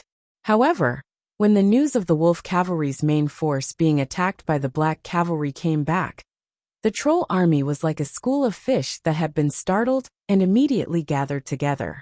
Moreover, under the orders of Southern Prince Gamber, the 50,000 human slaves stolen from the northern frontier were directly abandoned on the icy plains.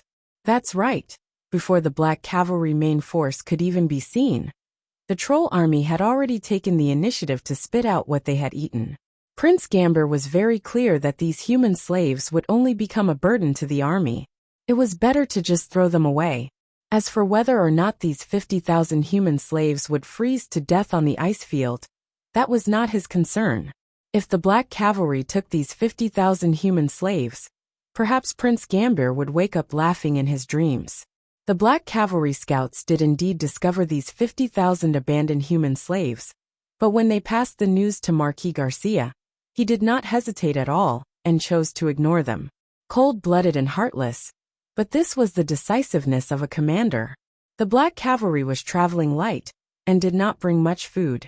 If they took these human slaves, everyone would starve to death on the icy plains. At this moment, the Black Cavalry did not have the time to pay attention to the troll army. They were still chasing after the remnants of the defeated Wolf Cavalry. Marquis Garcia's strategy was very clear. He wanted to first completely annihilate the Wolf Cavalry and destroy the enemy's only means of resistance. Then he would slowly bleed the troll army.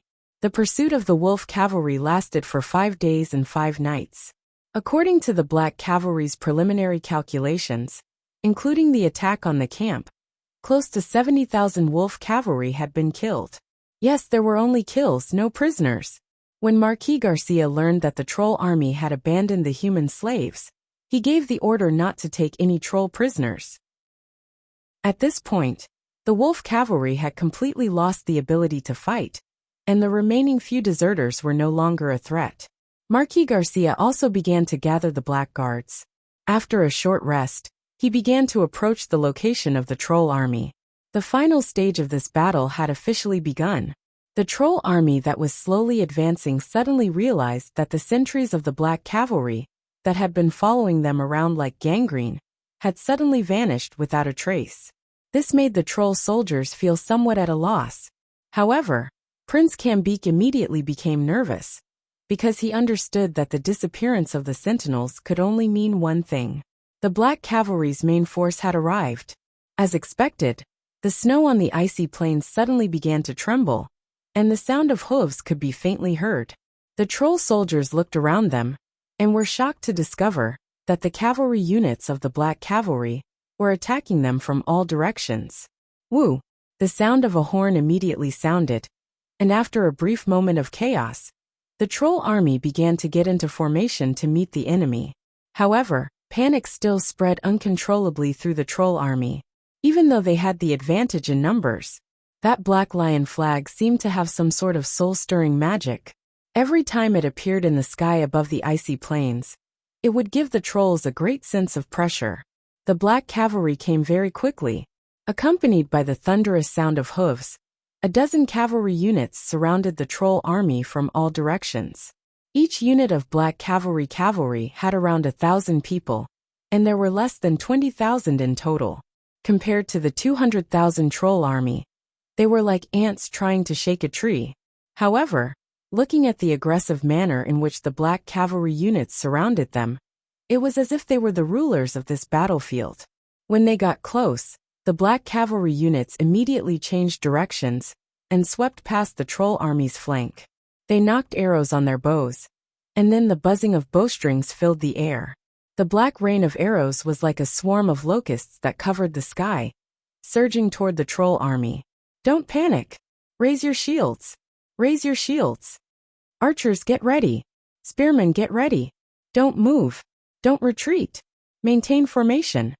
The sounds of military orders rang out continuously in the troll army, instantly drowning out the thunderous sound of hooves. Arrows rained down like a torrential rain, clanging against the shields. However, there were also the sounds of arrows piercing flesh. Large swathes of troll soldiers fell to the ground, their cries echoing through the army. There was no mercy, no hesitation.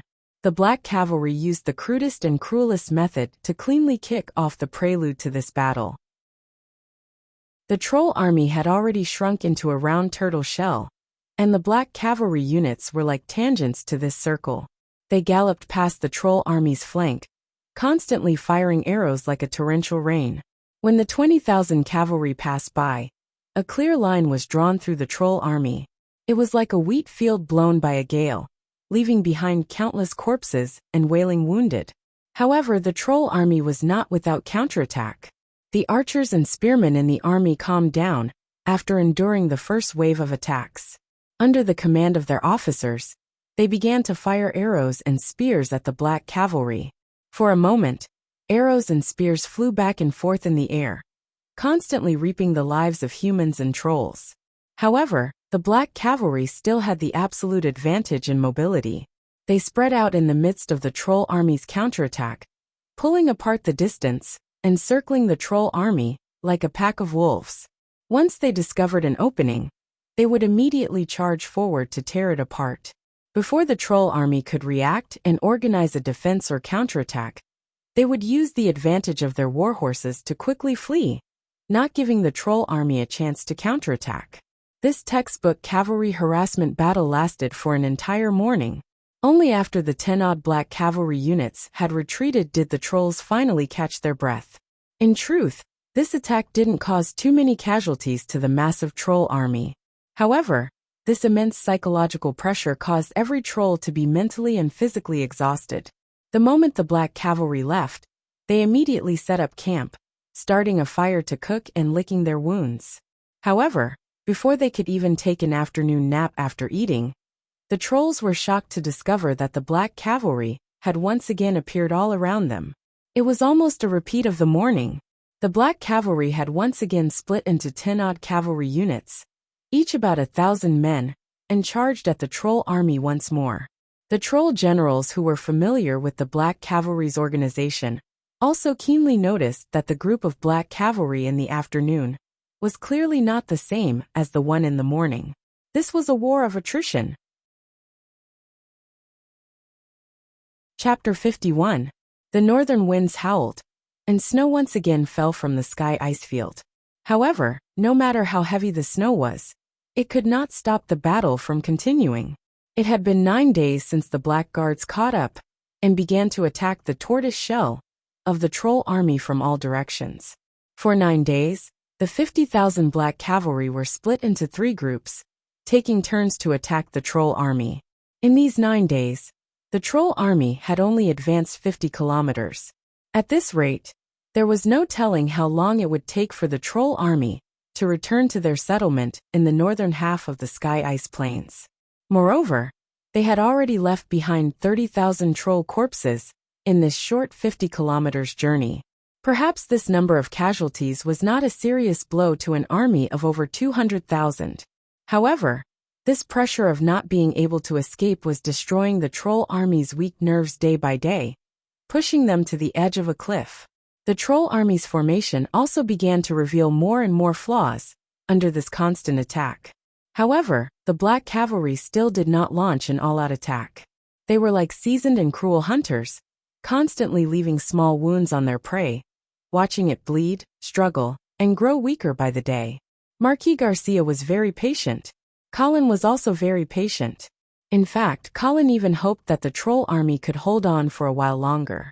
This was because he had learned a lot about cavalry warfare from following Marquis Garcia. This was not something that could be learned from military books or novels. It was also not something that the Angeli family's military education could compare to. In Colin's memory, the family's military education was almost all about infantry warfare. There was no helping it, the Angeli family could not afford cavalry. But now, after witnessing the terrifying might of the black cavalry, Colin could not help but want to sell everything he had to create a cavalry of his own. Once this thought was born, it was deeply rooted in Colin's mind and could not be dismissed. In order to better experience cavalry warfare, Colin had personally participated in several black cavalry attacks after receiving permission from Marquis Garcia. Although he didn't have a detailed count, Colin estimated that he had killed around 30 to 40 troll soldiers. He did not care about this bit of military merit. After all, Marquis Garcia was not his master. No matter how well he performed, he would not be rewarded by Marquis Garcia. However, Colin felt that what he had learned from Marquis Garcia was actually more valuable than money, territory, or even a noble title. He didn't even understand why this Marquis was treating him so favorably. However, he would not let go of this excellent learning opportunity. Lord Marquis, can the scale of each cavalry unit be a bit larger during the assault? As a matter of fact, Colin found the right opportunity and began to ask for guidance. Marquis Garcia had long been accustomed to this. The key to determining the scale of a cavalry battle is to grasp the balance between mobility and offense. If the scale of a cavalry unit is too small, their mobility will naturally be excellent, but their offense will be weak. However, it is not always better to send a larger cavalry unit.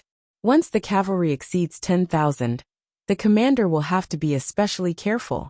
Military orders cannot be complicated and cannot be changed too much. This is because changing military orders on the spot will cause chaos. Therefore, a cavalry unit is usually controlled at a scale of 1,000 to 3,000. Mobility and offense can be considered to be well balanced. As for the specific deployment, it will be decided on the spot based on the target of the battle, the state of the enemy, and other factors. Colin kept nodding as he listened.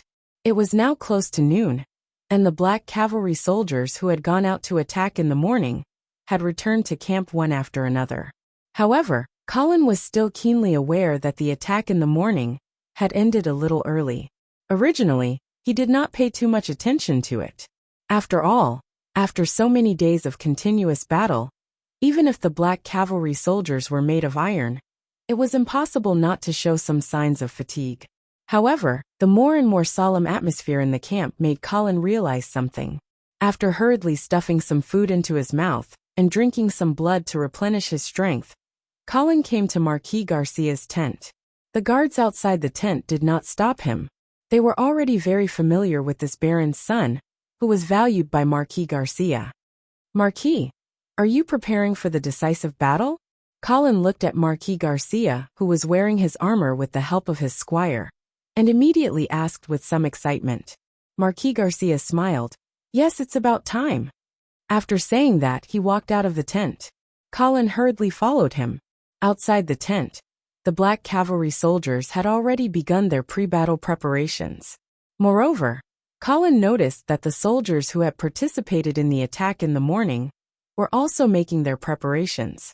In addition, the 3,000 heavy cavalry soldiers who had not participated in the attack had also finally put on their armor and were ready to go. These fully armored cavalrymen were like steel monsters. Their bodies exuded a terrifying aura, as well as an extreme thirst for slaughter. They had waited for too long and were already unable to endure their thirst. In fact, there had always been a lot of controversy about the heavy cavalry, because its advantages and disadvantages were equally prominent. It was expensive, cumbersome, and it was not suitable for many situations. However, these disadvantages could not cover up the heavy cavalry's greatest advantage, which was its extremely terrifying impact force. Therefore, the heavy cavalry had become the best weapon to break through the infantry formation. At this moment of the decisive battle, Marquis Garcia had finally brought out the black cavalry's ultimate weapon, the 3,000 heavy cavalry soldiers. However, while Colin was excited, he was surprised to see that Marquis Garcia had also put on his full body armor and held his lance as he walked to the front of the heavy cavalry formation.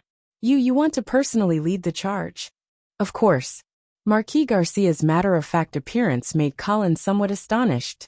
He really did not understand why Marquis Garcia, as the highest commander of the black cavalry, would personally take the risk. It must be known that the heavy cavalry charging at the infantry formation, under the cover of their terrifying attack power, had a terrifying casualty rate that could not be ignored. Count Dawson smiled as he said to Colin, "Every time the heavy cavalry attack, the Marquis personally leads it." Just as Colin was shocked speechless, Marquis Garcia suddenly smiled and asked, "Knight Colin, do you dare to charge with me?" "Of course," Colin replied without the slightest hesitation. "It would be my honor." "Good." Marquis Garcia laughed heartily. "Then you will be my flag bearer." "Yes."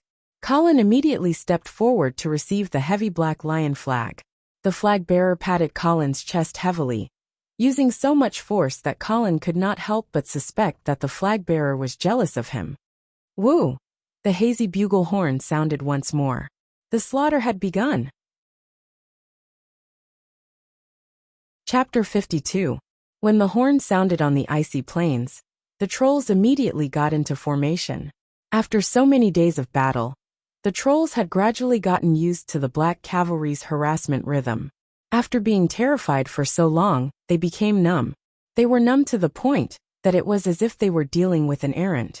At this time, the trolls who had skillfully spread out their formation and were preparing to face the enemy did not realize what was waiting for them. Looking down from above, the black cavalry's entire army was mobilized within a radius of dozens of kilometers, faintly surrounding the troll army. Prince Cambique looked at the black guards that were closing in from all directions, and he gradually realized that something was amiss. There were too many. This was not an ordinary harassment battle. However, even though Prince Cambique had realized that the black cavalry's attack was coming, he could not come up with a plan to deal with it. This was because he did not know where the black cavalry's main attack was. From the very beginning of this battle, the black cavalry's initiative was firmly grasped in their hands. The troll army looked huge, but it was actually extremely bloated. As long as they revealed a weakness under the harassment of the black cavalry's light cavalry, the heavy cavalry hidden in the shadows would attack like lightning and completely tear this weakness into a fatal wound. And this weakness was not difficult to find. After 10 days of continuous harassment, the troll army was already exhausted. Today, the black cavalry's entire army had attacked and increased the intensity of their harassment, causing the pressure on the trolls to suddenly increase. Under this huge pressure, an opportunity naturally appeared. Marquis Garcia slowly raised his arm, and the 3,000 heavy cavalry behind him began to slowly advance. Their target was the troll army's rear right flank. The biting cold killing intent was almost tangible, pervading the air above the heavy cavalry formation. The thunderous sound of horse hooves echoed on the icy plains, rejecting all other sounds. The ground began to tremble, as if a small earthquake was occurring. With such a terrifying momentum, the trolls quickly noticed something strange. However, it was too late to adjust their formation. The Black Cavalry's heavy cavalry began to slowly accelerate. The black lion flag in Colin's hand fluttered in the wind. Marquis Garcia lowered his mask, leveled his lance, and leaned forward slightly. The 3,000 heavy cavalry behind him also did the same in unison.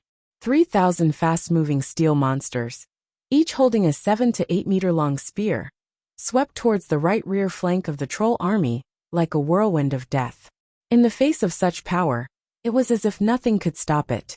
Colin had previously felt that Marquis Garcia's action of personally leading the army was somewhat reckless. After all, as the commander-in-chief of an army, it was somewhat unwise to personally take the risk.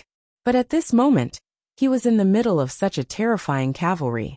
Colin had already tossed such thoughts out of his mind.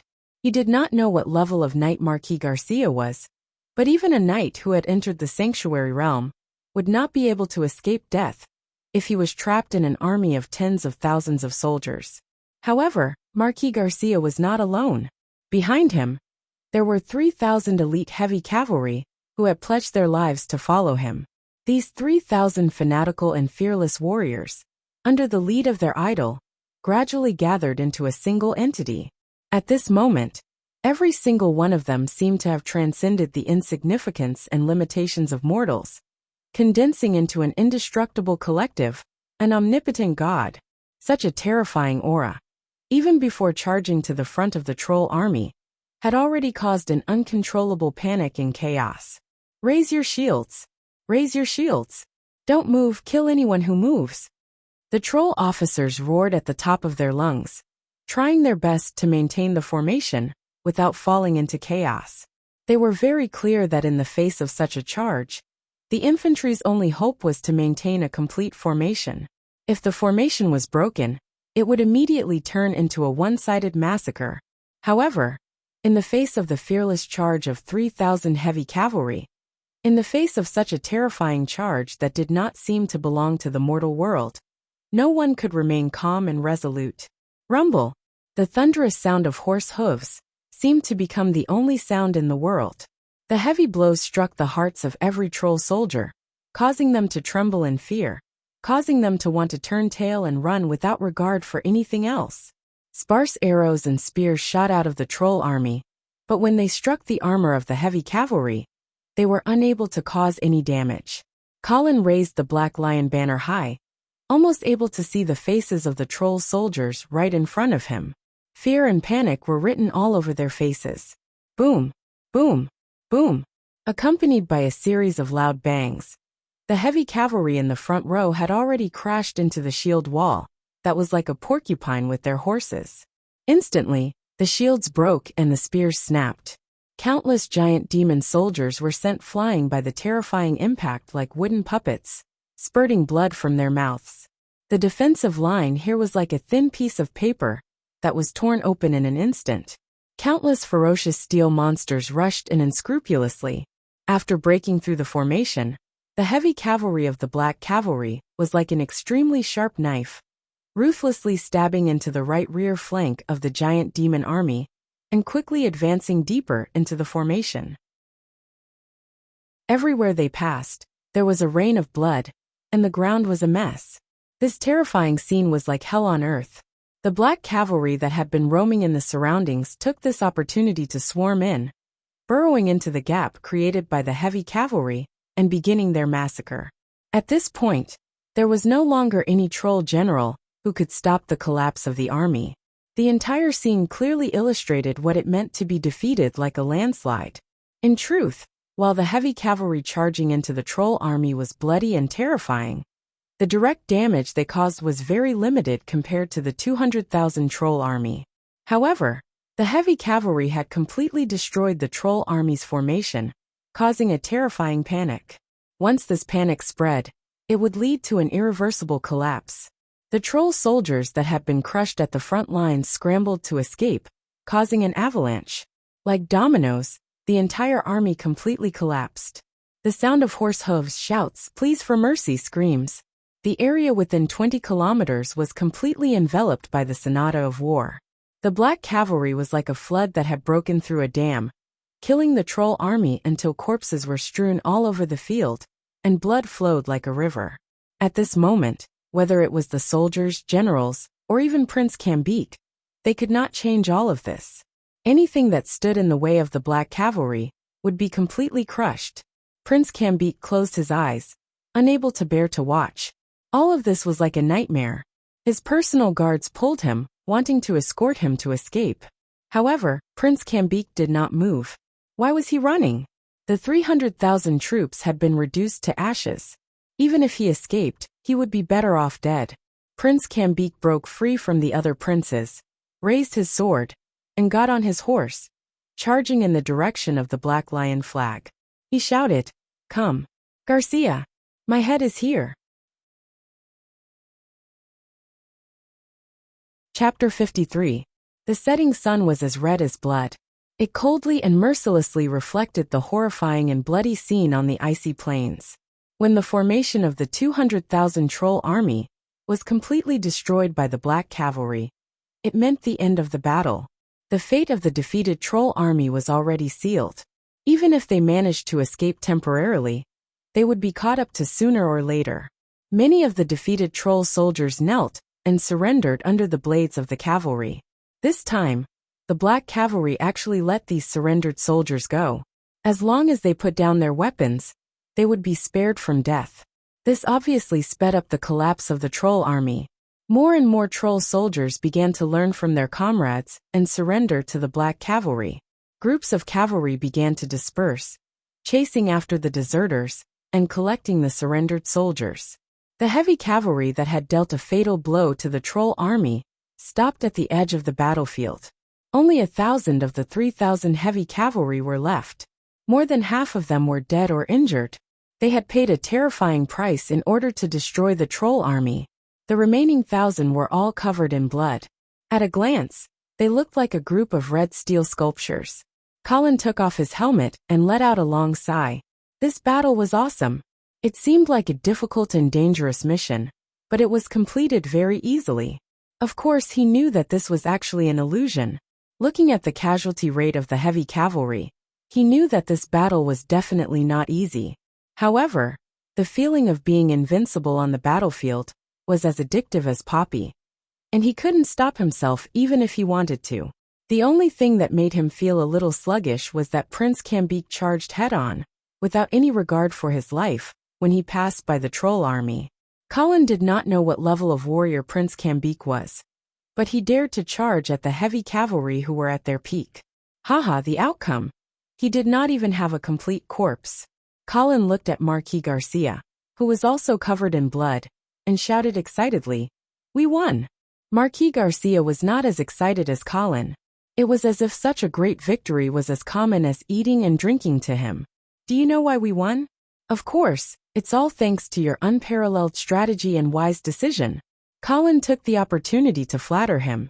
Of course, his flattery came from the bottom of his heart. Marquis Garcia was definitely worthy of such praise. However, the Marquis shook his head and said solemnly, "No, I rely on them." His gaze slowly swept across the battlefield, his face full of pride as he looked at the black cavalry soldiers who were still galloping on the battlefield, chasing down the remnants of the troll army. Colin also put away the smile on his face. He seemed to understand Marquis Garcia's meaning. Marquis Garcia retracted his gaze and looked at Colin again. Tactics are not unimportant, but if a general relies too much on tactics and tricks, he will fall one day. Marquis Garcia smiled when he saw that Colin was still somewhat puzzled and unconvinced. A fox's wisdom is laughable in the eyes of a lion. I don't want to deny the importance of tactics. I just want to tell you that the most crucial secret to victory on the battlefield is still a powerful army. That's why I said that in this battle, I relied on them, the black cavalry. Looking at the first half of my life, the secret to not losing for more than 20 years is the same. The black cavalry. Colin fell into deep thought. He finally understood the true meaning of Marquis Garcia's words. Marquis Garcia was actually reminding him not to rely too much on tactics. The implementation of tactics also required strength as a foundation. Previously, he had indeed attached too much importance to these tactics, or even to conspiracies. Night Bliss must have already told Marquis Garcia everything that had happened on the way to escape. Even if Night Bliss did not see it clearly, Colin did not think that Marquis Garcia could not see through his little schemes. It had to be said that Colin was indeed somewhat complacent after the Battle of the River Bend. He thought that he had grasped the secret to victory on the battlefield. Moreover, coming from the era of information explosion, he had always thought that he was experienced and knowledgeable. He knew a little about Sun Tzu's art of war, the 36 stratagems, and so on. Relying on these and some of his own cleverness, it would not be difficult to move unhindered on the battlefield. But fortunately, Marquis Garcia reminded Colin at the right time. Conspiracies and machinations were never the right way. The most mainstream victory on the battlefield was in the end an upright army, the strong defeating the weak. Although this time the trolls were actually the strong side, under Marquis Garcia's careful planning, he kept making the black cavalry stronger on the local battlefield, so that he kept defeating the weak with the strong, and finally defeated the seemingly strong enemy. Moreover, thinking carefully about the tactics that Marquis Garcia had used before. In fact, they were not complicated. First, he pretended to be at odds with the Duke to confuse and numb the trolls. Then, he suddenly led the army to the north, found the location of the Troll Wolf Cavalry's main force, and succeeded in the surprise attack. Later, he kept harassing the troll army that was tired and had lost the protection of the cavalry. Finally, he used the heavy cavalry to find a flaw and defeated them in one blow. The entire plan was not complicated and could not even be considered outstanding. It probably did not even have the qualifications to be recorded in a military book. But Colin, who had personally experienced all of this, was very clear. These steps seemed simple, but they were aimed at the troll army's vital points. Moreover, they pressed on step by step, not giving the enemy the slightest chance to breathe. From the beginning to the end, no matter how the trolls struggled, they could not escape the fate of defeat. Of course, more importantly, Marquis Garcia's elite troops, the number 1 cavalry on the northern frontier, the Black Cavalry. In other words, Marquis Garcia was not only an outstanding commander, but even more amazing, he was probably a talent at training troops. It was because he had personally trained the Black Cavalry that he had the most fundamental foundation for this series of victories. At this point, Colin could no longer suppress the thought that had been hovering in his mind. Marquis Garcia was invincible because of his Black Cavalry. Then where was my Black Cavalry? The wind and snow were still howling, as if countless wronged and sorrowful spirits were crying. On the icy plains, a large number of troll surrendered soldiers were gathered together. They were surrounded by the covetous Black Cavalry patrolling the area. A few troll surrendered soldiers could no longer take it, and couldn't help but shout at the patrolling Black Cavalry soldiers. "Sigh, brothers, we're really hungry. Can't you give us something to eat?" His shout immediately attracted the agreement of his companions. Thus, the scene immediately became noisy. "Yeah, I'm so cold. Give me something warm. And my leg. The blood is almost dry. Can you treat it for me?" But the surrounding Black Cavalry soldiers turned a deaf ear to the pleas of the trolls' surrendered soldiers. Only when some of the surrendered soldiers tried to leave would they be warned and berated by the Black Cavalry, or even arrows and swords. Helpless, the trolls could only wait patiently. This wait went on for who knows how long. Many of the trolls' surrendered soldiers who could no longer endure had already lost their breath. But those who were still breathing did not get the result they were hoping for. Marquis Garcia's military order finally came down. Kill all troll surrendered soldiers. Chapter 54. The noon sun shone lazily on the Troll King's city. This huge city made of ice gave off an enchanting glow. The various ice buildings in the city were simple and crude in style, completely portraying the personality of the trolls. To a human's aesthetic, this city was too ugly. There was nothing praiseworthy about it. But to be honest, the trolls clearly didn't put too much effort into building this city. In fact, 10 years ago, the trolls hadn't lived so far into the sky ice plains. At that time, they lived next to the humans on the northern frontier. At that time, the Troll King's city was only 800 kilometers away from the northern frontier. Based on the Blackguard's marching speed, such a distance would only take them about 10 days. Thus, after Marquis Garcia rose to power on the northern frontier, he would stroll around the Troll King's city every once in a while. Every time he came, the nobles of the giant demon clan would tremble in fear and panic.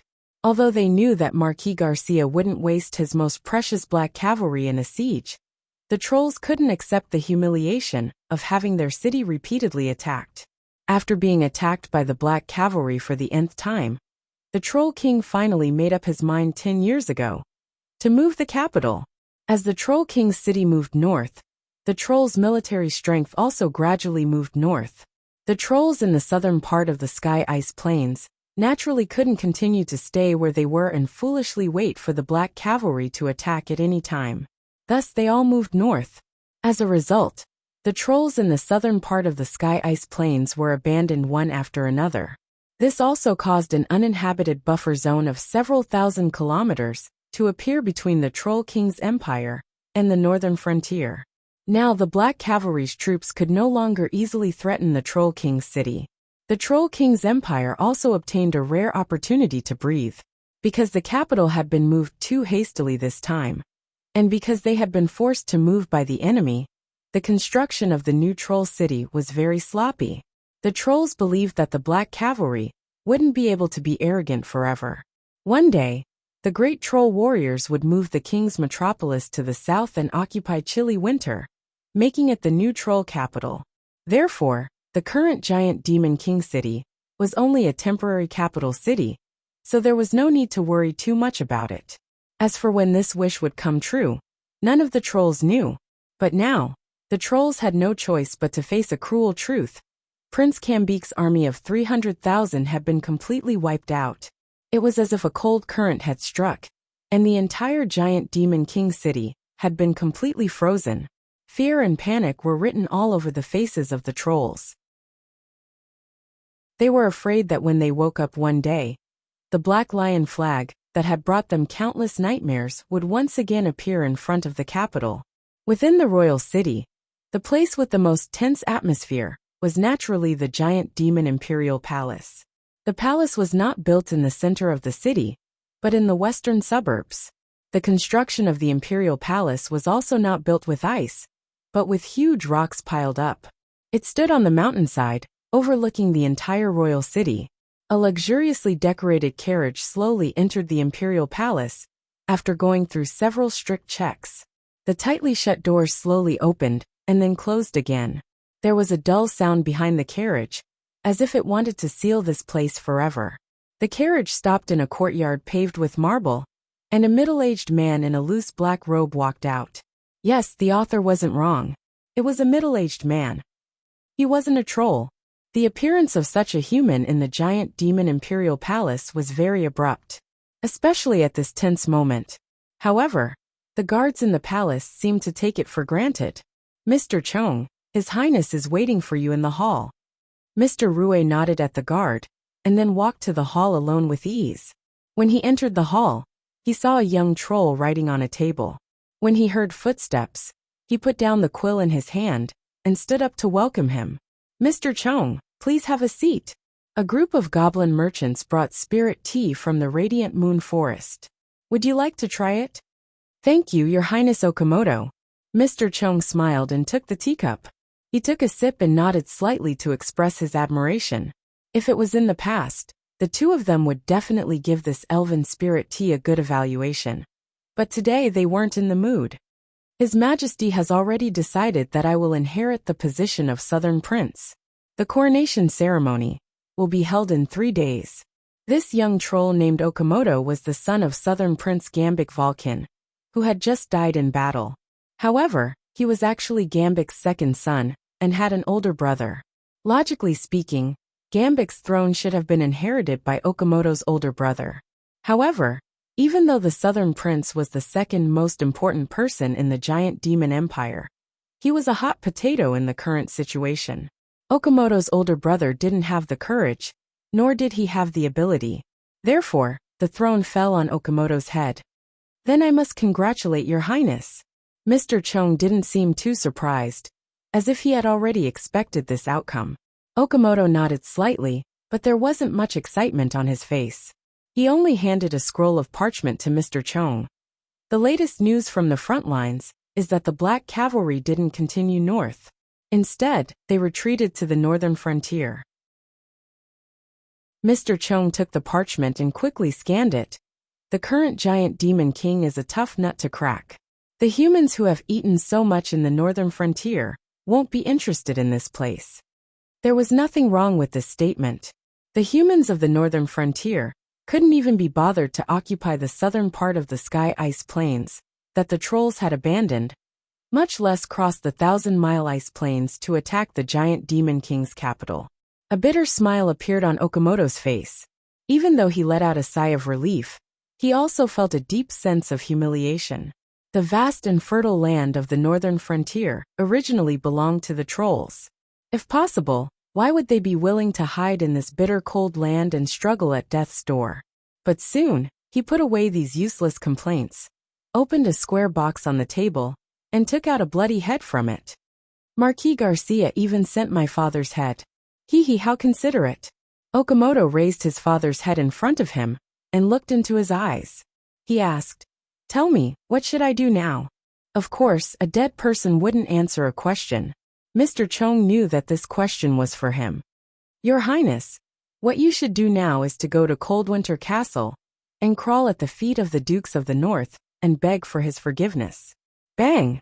Okamoto threw the head at Mr. Chang's feet. Coincidentally, that pair of eyes, which had not closed in death, was staring at Mr. Chang. "Mr. Chung, look into my father's eyes and repeat what you just said." Chapter 55. Your Highness, what you should do now is to go to Coldwinter Castle, crawl at the feet of the Dukes of the North, and beg for his forgiveness. Mr. Chung repeated his words again. There was no hesitation, no worry, and he did not feel that such words were not suitable for him to say because of his identity. As a human, Mr. Chang's situation among the trolls was somewhat awkward. Generally speaking, Mr. Chung had to show his loyalty to the trolls and draw a clear line with his past. His attitude toward humans had to be hatred. He even had to appear to hate humans more than the trolls. This was called convert fanaticism. In reality, many Chinese devils, who were more extreme than foreigners and crazily slandered China, were born from this mentality. But now, facing a troll prince who had just died on the battlefield, Mr. Chung was persuading his own son to beg for forgiveness from the enemy. However, Okamoto suddenly laughed. It was as if he was not angry at all, nor did he suspect Mr. Chang's intentions. "Mr. Chung, you should have persuaded my stupid father earlier. If he had been willing to bow his head to the northern frontier, he would not have ended up like this." Then, he spat a mouthful of thick phlegm at the head on the ground and said disdainfully, "There's an old saying among humans that makes sense. If you don't have the ability to fight against a bull, then don't wave the red cloak. Haha, look at my stupid father." He knew that he was no match for Marquis Garcia, but seeing that the other party was not at the front line, he felt that there was an opportunity. But why didn't he think about it? How could the Black Cavalry sit by and watch him invade the northern frontier and not care? Mr. Chung did not speak. He would not take the initiative to agree with Okamoto to slander Prince Kambik. That would be ungrateful. Okamoto scolded for a while, and seemed to have vented his anger. He picked up the head and put it back in the box. The entire process was full of filial piety. Okamoto picked up the teacup and took a big gulp before he regained his composure. "Mr. Chung, is it too late for me to beg for mercy from the Dukes of the North now? But this is your only choice. This time, the Troll Empire's war potential has almost been wiped out by the Black Cavalry. They won't be able to organize a decent army to resist the northern frontier for at least 10 years. If I were the Dukes of the North, I would send troops to sweep the area every once in a while. Even if they couldn't conquer the capital, they had to interrupt the giant demon empire's recovery process, so that they would never be a threat to the northern frontier. Therefore, if you want a chance to recuperate, you must beg for peace from the northern frontier. Okamoto's fingers gently tapped on the wooden box, making a knocking sound. After a long while he spoke again. Then, will the Dukes of the North agree to negotiate with me? Mr. Chong nodded. As long as you put on a low enough posture, the Dukes of the North will think that you're not a threat. Then his gaze will naturally turn elsewhere. Think about it. If the trolls are no longer a threat, then what is the greatest threat to the Dukes of the North? Okamoto's eyes lit up. The Black Cavalry. That's right. Mr. Chong nodded. Although we were played by the two brothers before, I don't believe that there is no grudge between Marquis Garcia and the Duke of St. Hilda. I'd rather believe that it was the trolls' threat that made them put aside their differences and temporarily unite. However, this kind of alliance is extremely fragile. Especially this time, Marquis Garcia returned to the northern frontier with a great victory. How will the Dukes of the North reward his good little brother? How will he be able to sleep peacefully under the terrifying attack power of the Black Cavalry? Hearing Mr. Chong's words, Okamoto excitedly paced back and forth in the hall with his hands behind his back. It was as if he had finally grasped a ray of light in the endless darkness. Therefore, the key to our next step is to sow discord between the Dukes of the North and Marquis Garcia. That's right. However, it's not just the two brothers who are at odds. Mr. Chong's eyes flashed with a sinister light. Okamoto was stunned and asked, "What do you mean?" From what I know, the House of St. Hilda's Golden Lion Legion is still gathered outside Icestone City, and the armies of the various lords of the northern frontier are still entrenched in Icestone City. The two sides are faintly facing each other. Okamoto didn't know about this either. Clearly, Mr. Chong had his own eyes on the northern frontier. Okamoto was also aware of this. Of course, he wouldn't force Mr. Chong to find out who his eyes on the northern frontier were. Even now, he still didn't know Mr. Chong's true identity. However, this Mr. Chong had already received the approval of the Troll Emperor and the former Southern Prince. It was hard to say how loyal he was to the trolls, but his hatred for the northern frontier was undeniable. Therefore, Okamoto chose to believe in Mr. Chong.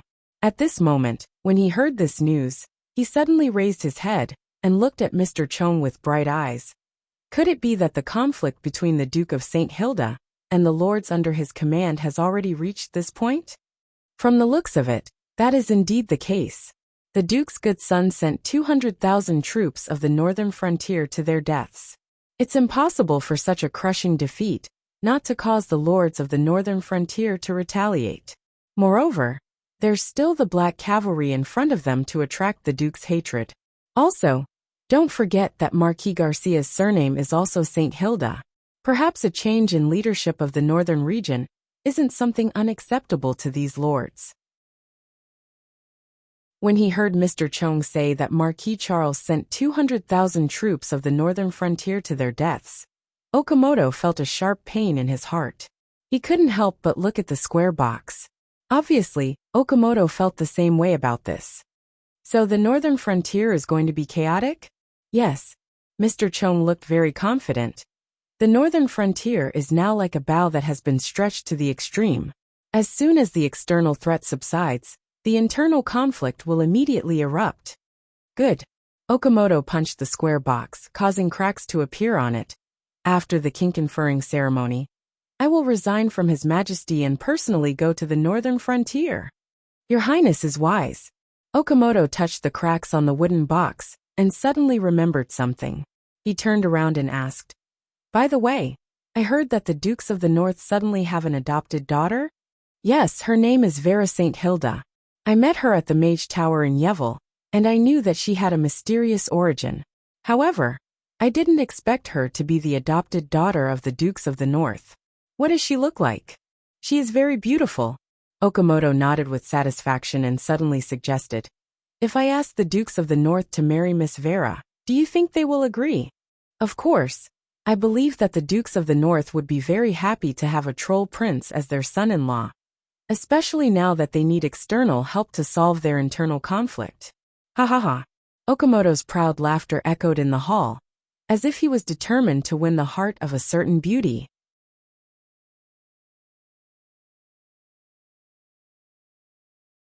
Chapter 56. At the end of the 6th month, the victorious black cavalry finally returned to the northern frontier. The army followed the route they took to the north and returned to the camp outside Icestone City. Colin looked at the familiar scenery in front of him and vaguely felt that 2 months ago, when he came with Vera to try and dissuade Marquis Garcia, it was just yesterday. The scenery was still the same, but the people had changed. At least, the 300,000 troll army had been annihilated. However, this didn't mean that the northern frontier had calmed down. Even though Colin hadn't entered the city yet, he could already feel the heavy atmosphere that enveloped Icestone City. Summer on the northern frontier has always been stormy. Beside him, Count Dawson looked at the gloomy sky and said meaningfully. Colin took the wineskin from the other party, took a big gulp, and handed it back. Say, between Icestone City and the Golden Lion Army, which side do you think will send people to our camp first? I think it will be Icestone City. What do you think? I also think it will be Icestone City. Boring. Count Dawson rolled his eyes. Colin glanced at the dwarf count beside him in amusement and said with a playful expression, "Then let's guess again. Which side will the Marquis accept the invitation?" "I'm not guessing." Count Dawson rolled his eyes again. He was very wary of the cunning Baron's son beside him. Colin wasn't discouraged, even though he couldn't find out Marquis Garcia's inclination from Count Dawson. He rolled his eyes and probed again. "Then tell me, how will the Duke reward the Black Cavalry for making such a great contribution?" Count Dawson chuckled. It wasn't clear if he understood Colin's probing intent. He stroked his beard and said, "The Marquis has no more rewards. Lord Marquis, there's nothing more to reward. I reckon that Lord Duke will distribute this merit to the various generals of the Black Guard. Perhaps another Marquis will appear among us." When he heard the other party say the sensitive words, "no more rewards," Colin carefully looked at the dwarf count's face. However, he couldn't find any clues, as if it was just an ordinary word. "Then I have to congratulate you in advance. If you want to reward a Marquis from the generals of the Black Cavalry, it will definitely be you." Colin smiled and congratulated him. Count Dawson shook his head and smiled, but didn't reply. It was unknown if he was pretending to be humble, or if he didn't care about the possibility of the reward. However, Colin already understood Count Dawson's intentions. The Marquis of the Marquis of the Marquis of the Black Cavalry of the Marquis to divide and draw him to his side. If Earl Dawson really became a Marquis, although it would be a great honor, it also meant that he would be independent of the Black Cavalry. In addition, as fellow Marquises, the Dawson clan definitely wouldn't be able to continue to be loyal to Marquis Garcia. Their allegiance would be to the Dukes of the North. In that case, perhaps the Black Cavalry would be split into two. Since Earl Dawson was able to guess what the Duke was up to, how could Marquis Garcia not be able to? How would he deal with it? Colin suddenly felt that the great victory did not eliminate the haze that shrouded the northern frontier. Instead, it made the hidden storm even more violent and dangerous. "Sir Marquis." Colin was still looking at the dark clouds in the sky, deep in thought. Suddenly, he was woken up by Earl Dawson's call. They turned around and saw Marquis Garcia, leading a group of people behind them. "Sir Marquis." Colin hurriedly turned around and bowed. Marquis Garcia nodded towards the two of them. Then, he pointed to a middle-aged man behind him and said to Colin, "Colin, this is Knight Siar. He and the other 27 warriors behind him suffered heavy injuries in this battle and are about to retire. However, I hope that you can provide them with a job so that they won't waste their remaining lives in the fields." Of course. It would be my honor." Colin only felt an intense joy rushing to his head, making everything in front of him seem unreal. The value of veterans, especially those who retired from the Black Cavalry, couldn't be measured with money. Previously, Colin had already realized that if he wanted to have a place in this world, he needed an elite army. And after the baptism of this battle, Colin had already been deeply infatuated with cavalry. However, although Colin had followed Marquis Garcia all this time and had some experience with cavalry, Colin was still at his wits' end when it came to cavalry training. And at this time, Marquis Garcia had presented him with such a huge gift. Although these 28 veterans couldn't go to the battlefield, they were qualified to be cavalry instructors. They would be the seeds of the cavalry that Colin yearned for even in his dreams. Until Knight Siar swore his loyalty to Colin under Marquis Garcia's instructions, Colin was still immersed in his excitement and hadn't completely recovered. Only now did he notice that Knight Siar's right thumb had been cut off. This injury wasn't particularly serious, but to a knight, it meant the end of his career. Because he didn't have his thumb, he couldn't hold any swords. Clang! Colin pulled out his sword and gently tapped Knight Siar's shoulder to accept his loyalty. He wasn't disappointed that Knight Siar couldn't hold a sword anymore. On the contrary, in his opinion, this knight's value was completely immeasurable. Even if there were a group of 4th and 5th order knights standing in front of him now, he would still rather choose Siar.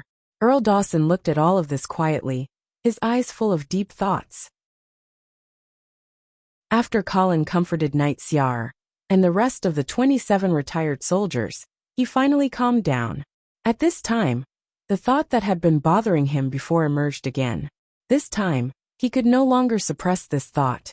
Instead, he directly asked Marquis Garcia. Marquis Garcia, I can't repay you for your help.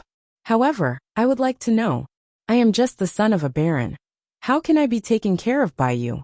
Hearing this question, Earl Dawson, Knight Siar, and the others tactfully retreated. Marquis Garcia looked at Colin's serious face and suddenly smiled. He said something completely unrelated. Vera has a good impression of you. Huh. Colin was stunned.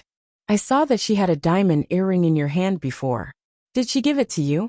Colin blinked and remembered that he had taken out that pair of earrings to play with when he was marching with the Black Cavalry. He didn't expect that Marquis Garcia would see it.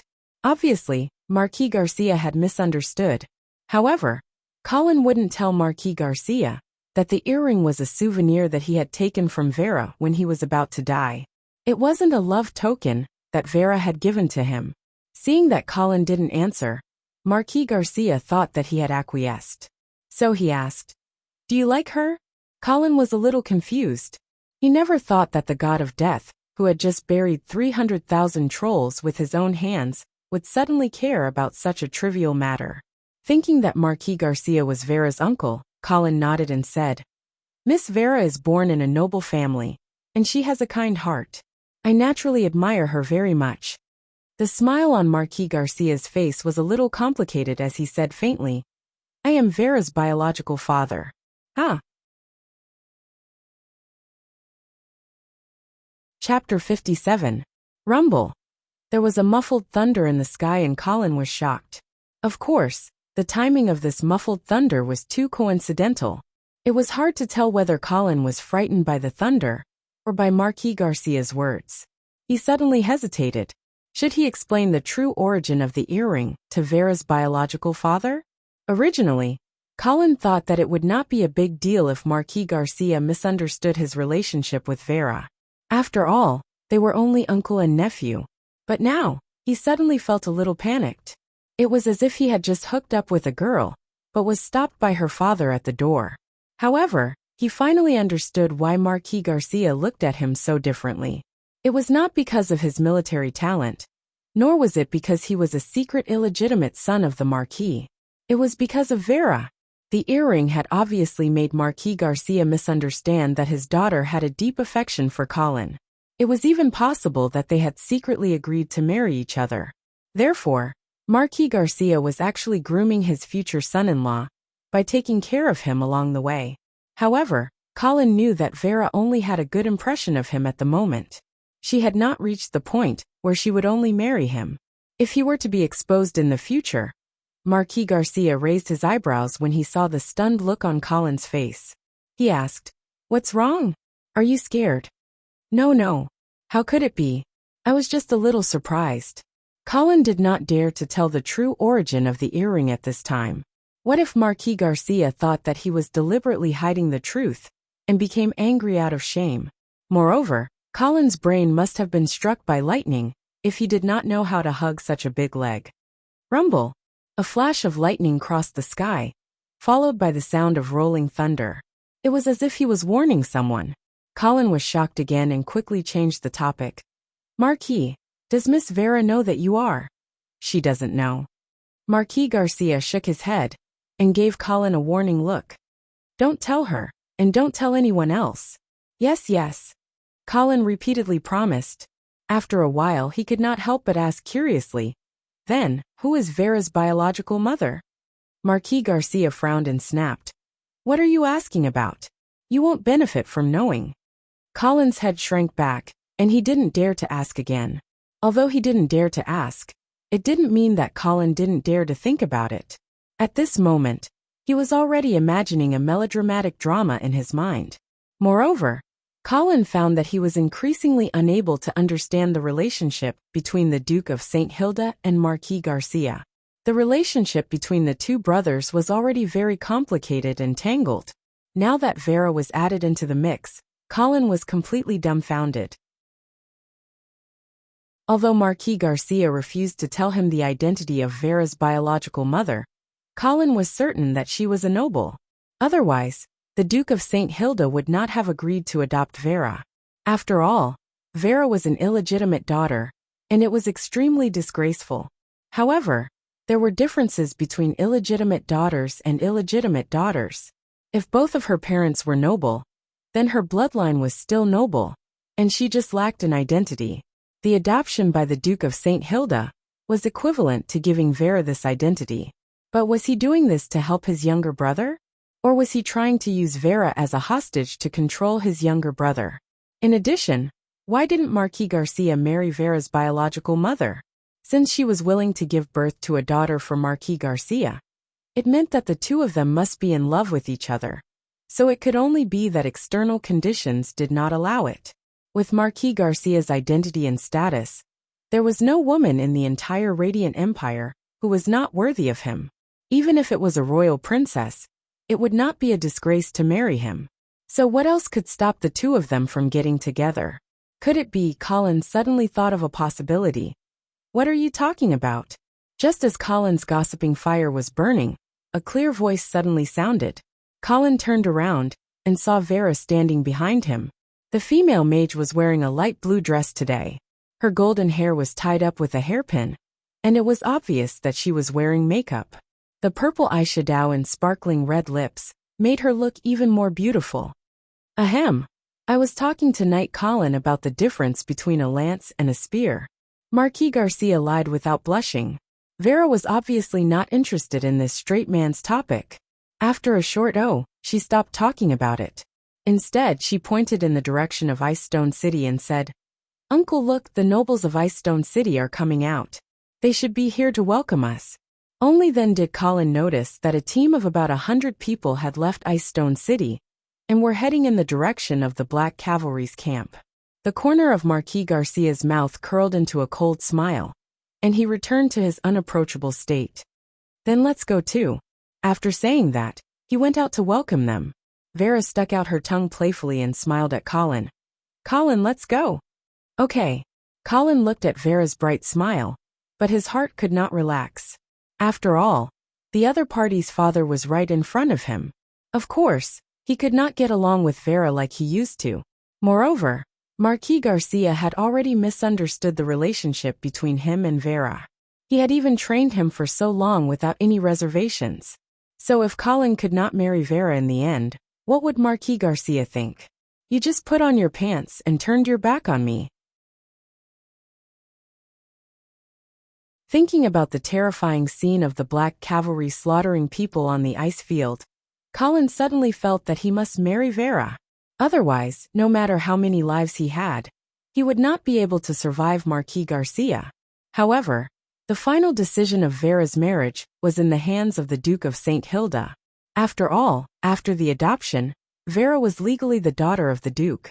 Therefore, if Colin wanted to marry Vera, he would have to get the approval of the Duke. However, if the Duke of St. Hilda really fought with Marquis Garcia, then, which side should Colin stand on? Moreover, according to the current development of the situation, the probability of the two brothers fighting was very high. Colin looked at the gloomy sky and felt that his future seemed to be bleak. Uncle. Welcome back victorious. Marquis Charles's loud voice and emotional words could be heard from afar. He seemed to have completely forgotten that just 2 months ago, his good uncle had forced him to give up the title of Marquis in front of everyone. Respected uncle, I have also heard about your glorious battle in Ice Stone City. Boom! Lightning flashed and the heavy rain finally fell. Marquis Garcia took the opportunity to interrupt his nephew's flattery. It is raining. Let's not bother about the welcoming ceremony. Let's go directly into the city. Good. Of course, the nobles who came together with him certainly did not dare to oppose. At this time, Marquis Garcia, who had returned with a great victory, had become the most prestigious person in the northern frontier. Even his brother might not be comparable to him. Only Marquis Charles stood aside with a constipated expression on his face. Colin resisted the urge to laugh, and suddenly felt a little sympathy for the film emperor. It seemed that every time he wanted to perform, an accident would always happen. But soon, Colin did not have time to sympathize with the film emperor. Because, accompanied by a burst of fragrant wind, a beautiful figure suddenly rushed out from the welcoming party, and then threw herself into his arms. Suddenly the blood in Colin's body froze.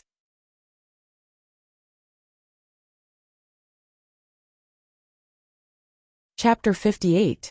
Colin hugged the soft and fragrant body, but he did not have any romantic thoughts. This was because the two gazes that seemed to have materialized caused him to feel as if there was a blade at his back. One came from Vera, and the other came from Marquis Garcia. Especially the latter, Colin could almost feel the murderous intent hidden in the other party. Brother, I am so happy to see that you are fine. Fortunately, the woman in his arms shouted and saved Colin's life. That's right.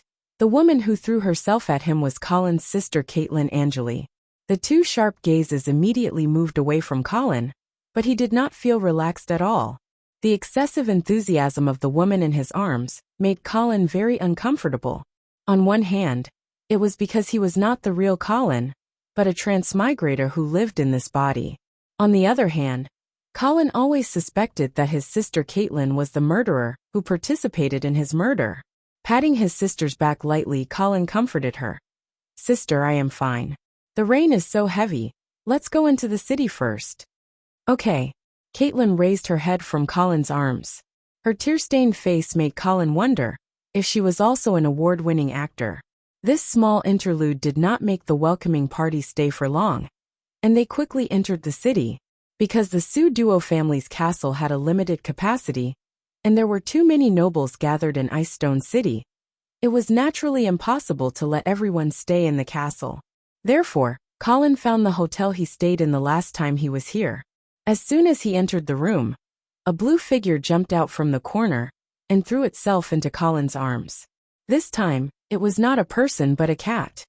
Hee, I didn't think you would still be here. Colin patted Little White's head, a little surprised. Meow. Little White whimpered a few times, as if complaining that its owner wanted to abandon it. When did you raise a cat? Caitlin looked at her brother with a smile and poured 2 glasses of water. I picked it up from the roadside not long ago. I'm just taking care of it. Colin sat down at the table, but did not touch the glass of water. Little White seemed to be thirsty. It went to Colin's cup and licked it. Caitlin frowned and wanted to chase Whitey away, but Colin stopped her. It's okay. Let it drink. You spoil it too much. Caitlin shook her head helplessly. Colin didn't mind. Instead, he stared at Little White, who had finished drinking the water, and carefully observed its reaction. I heard from Steward Amon that you were assassinated in Grey Castle? Yes, it was Knight Carter who did it. I've already killed him. That treacherous bastard. Father used to think so highly of him. Caitlin's anger did not seem to be fake. What happened after that? Why did you suddenly leave without saying goodbye? Why did you follow the Black Cavalry to the ice field? Colin looked at the normal Little White and wondered if he was being too sensitive. Now that he heard his sister's question, he briefly recounted what happened after that. As Colin narrated, Caitlin was sometimes worried and sometimes amazed. She was completely like a sister who was concerned about her brother's safety.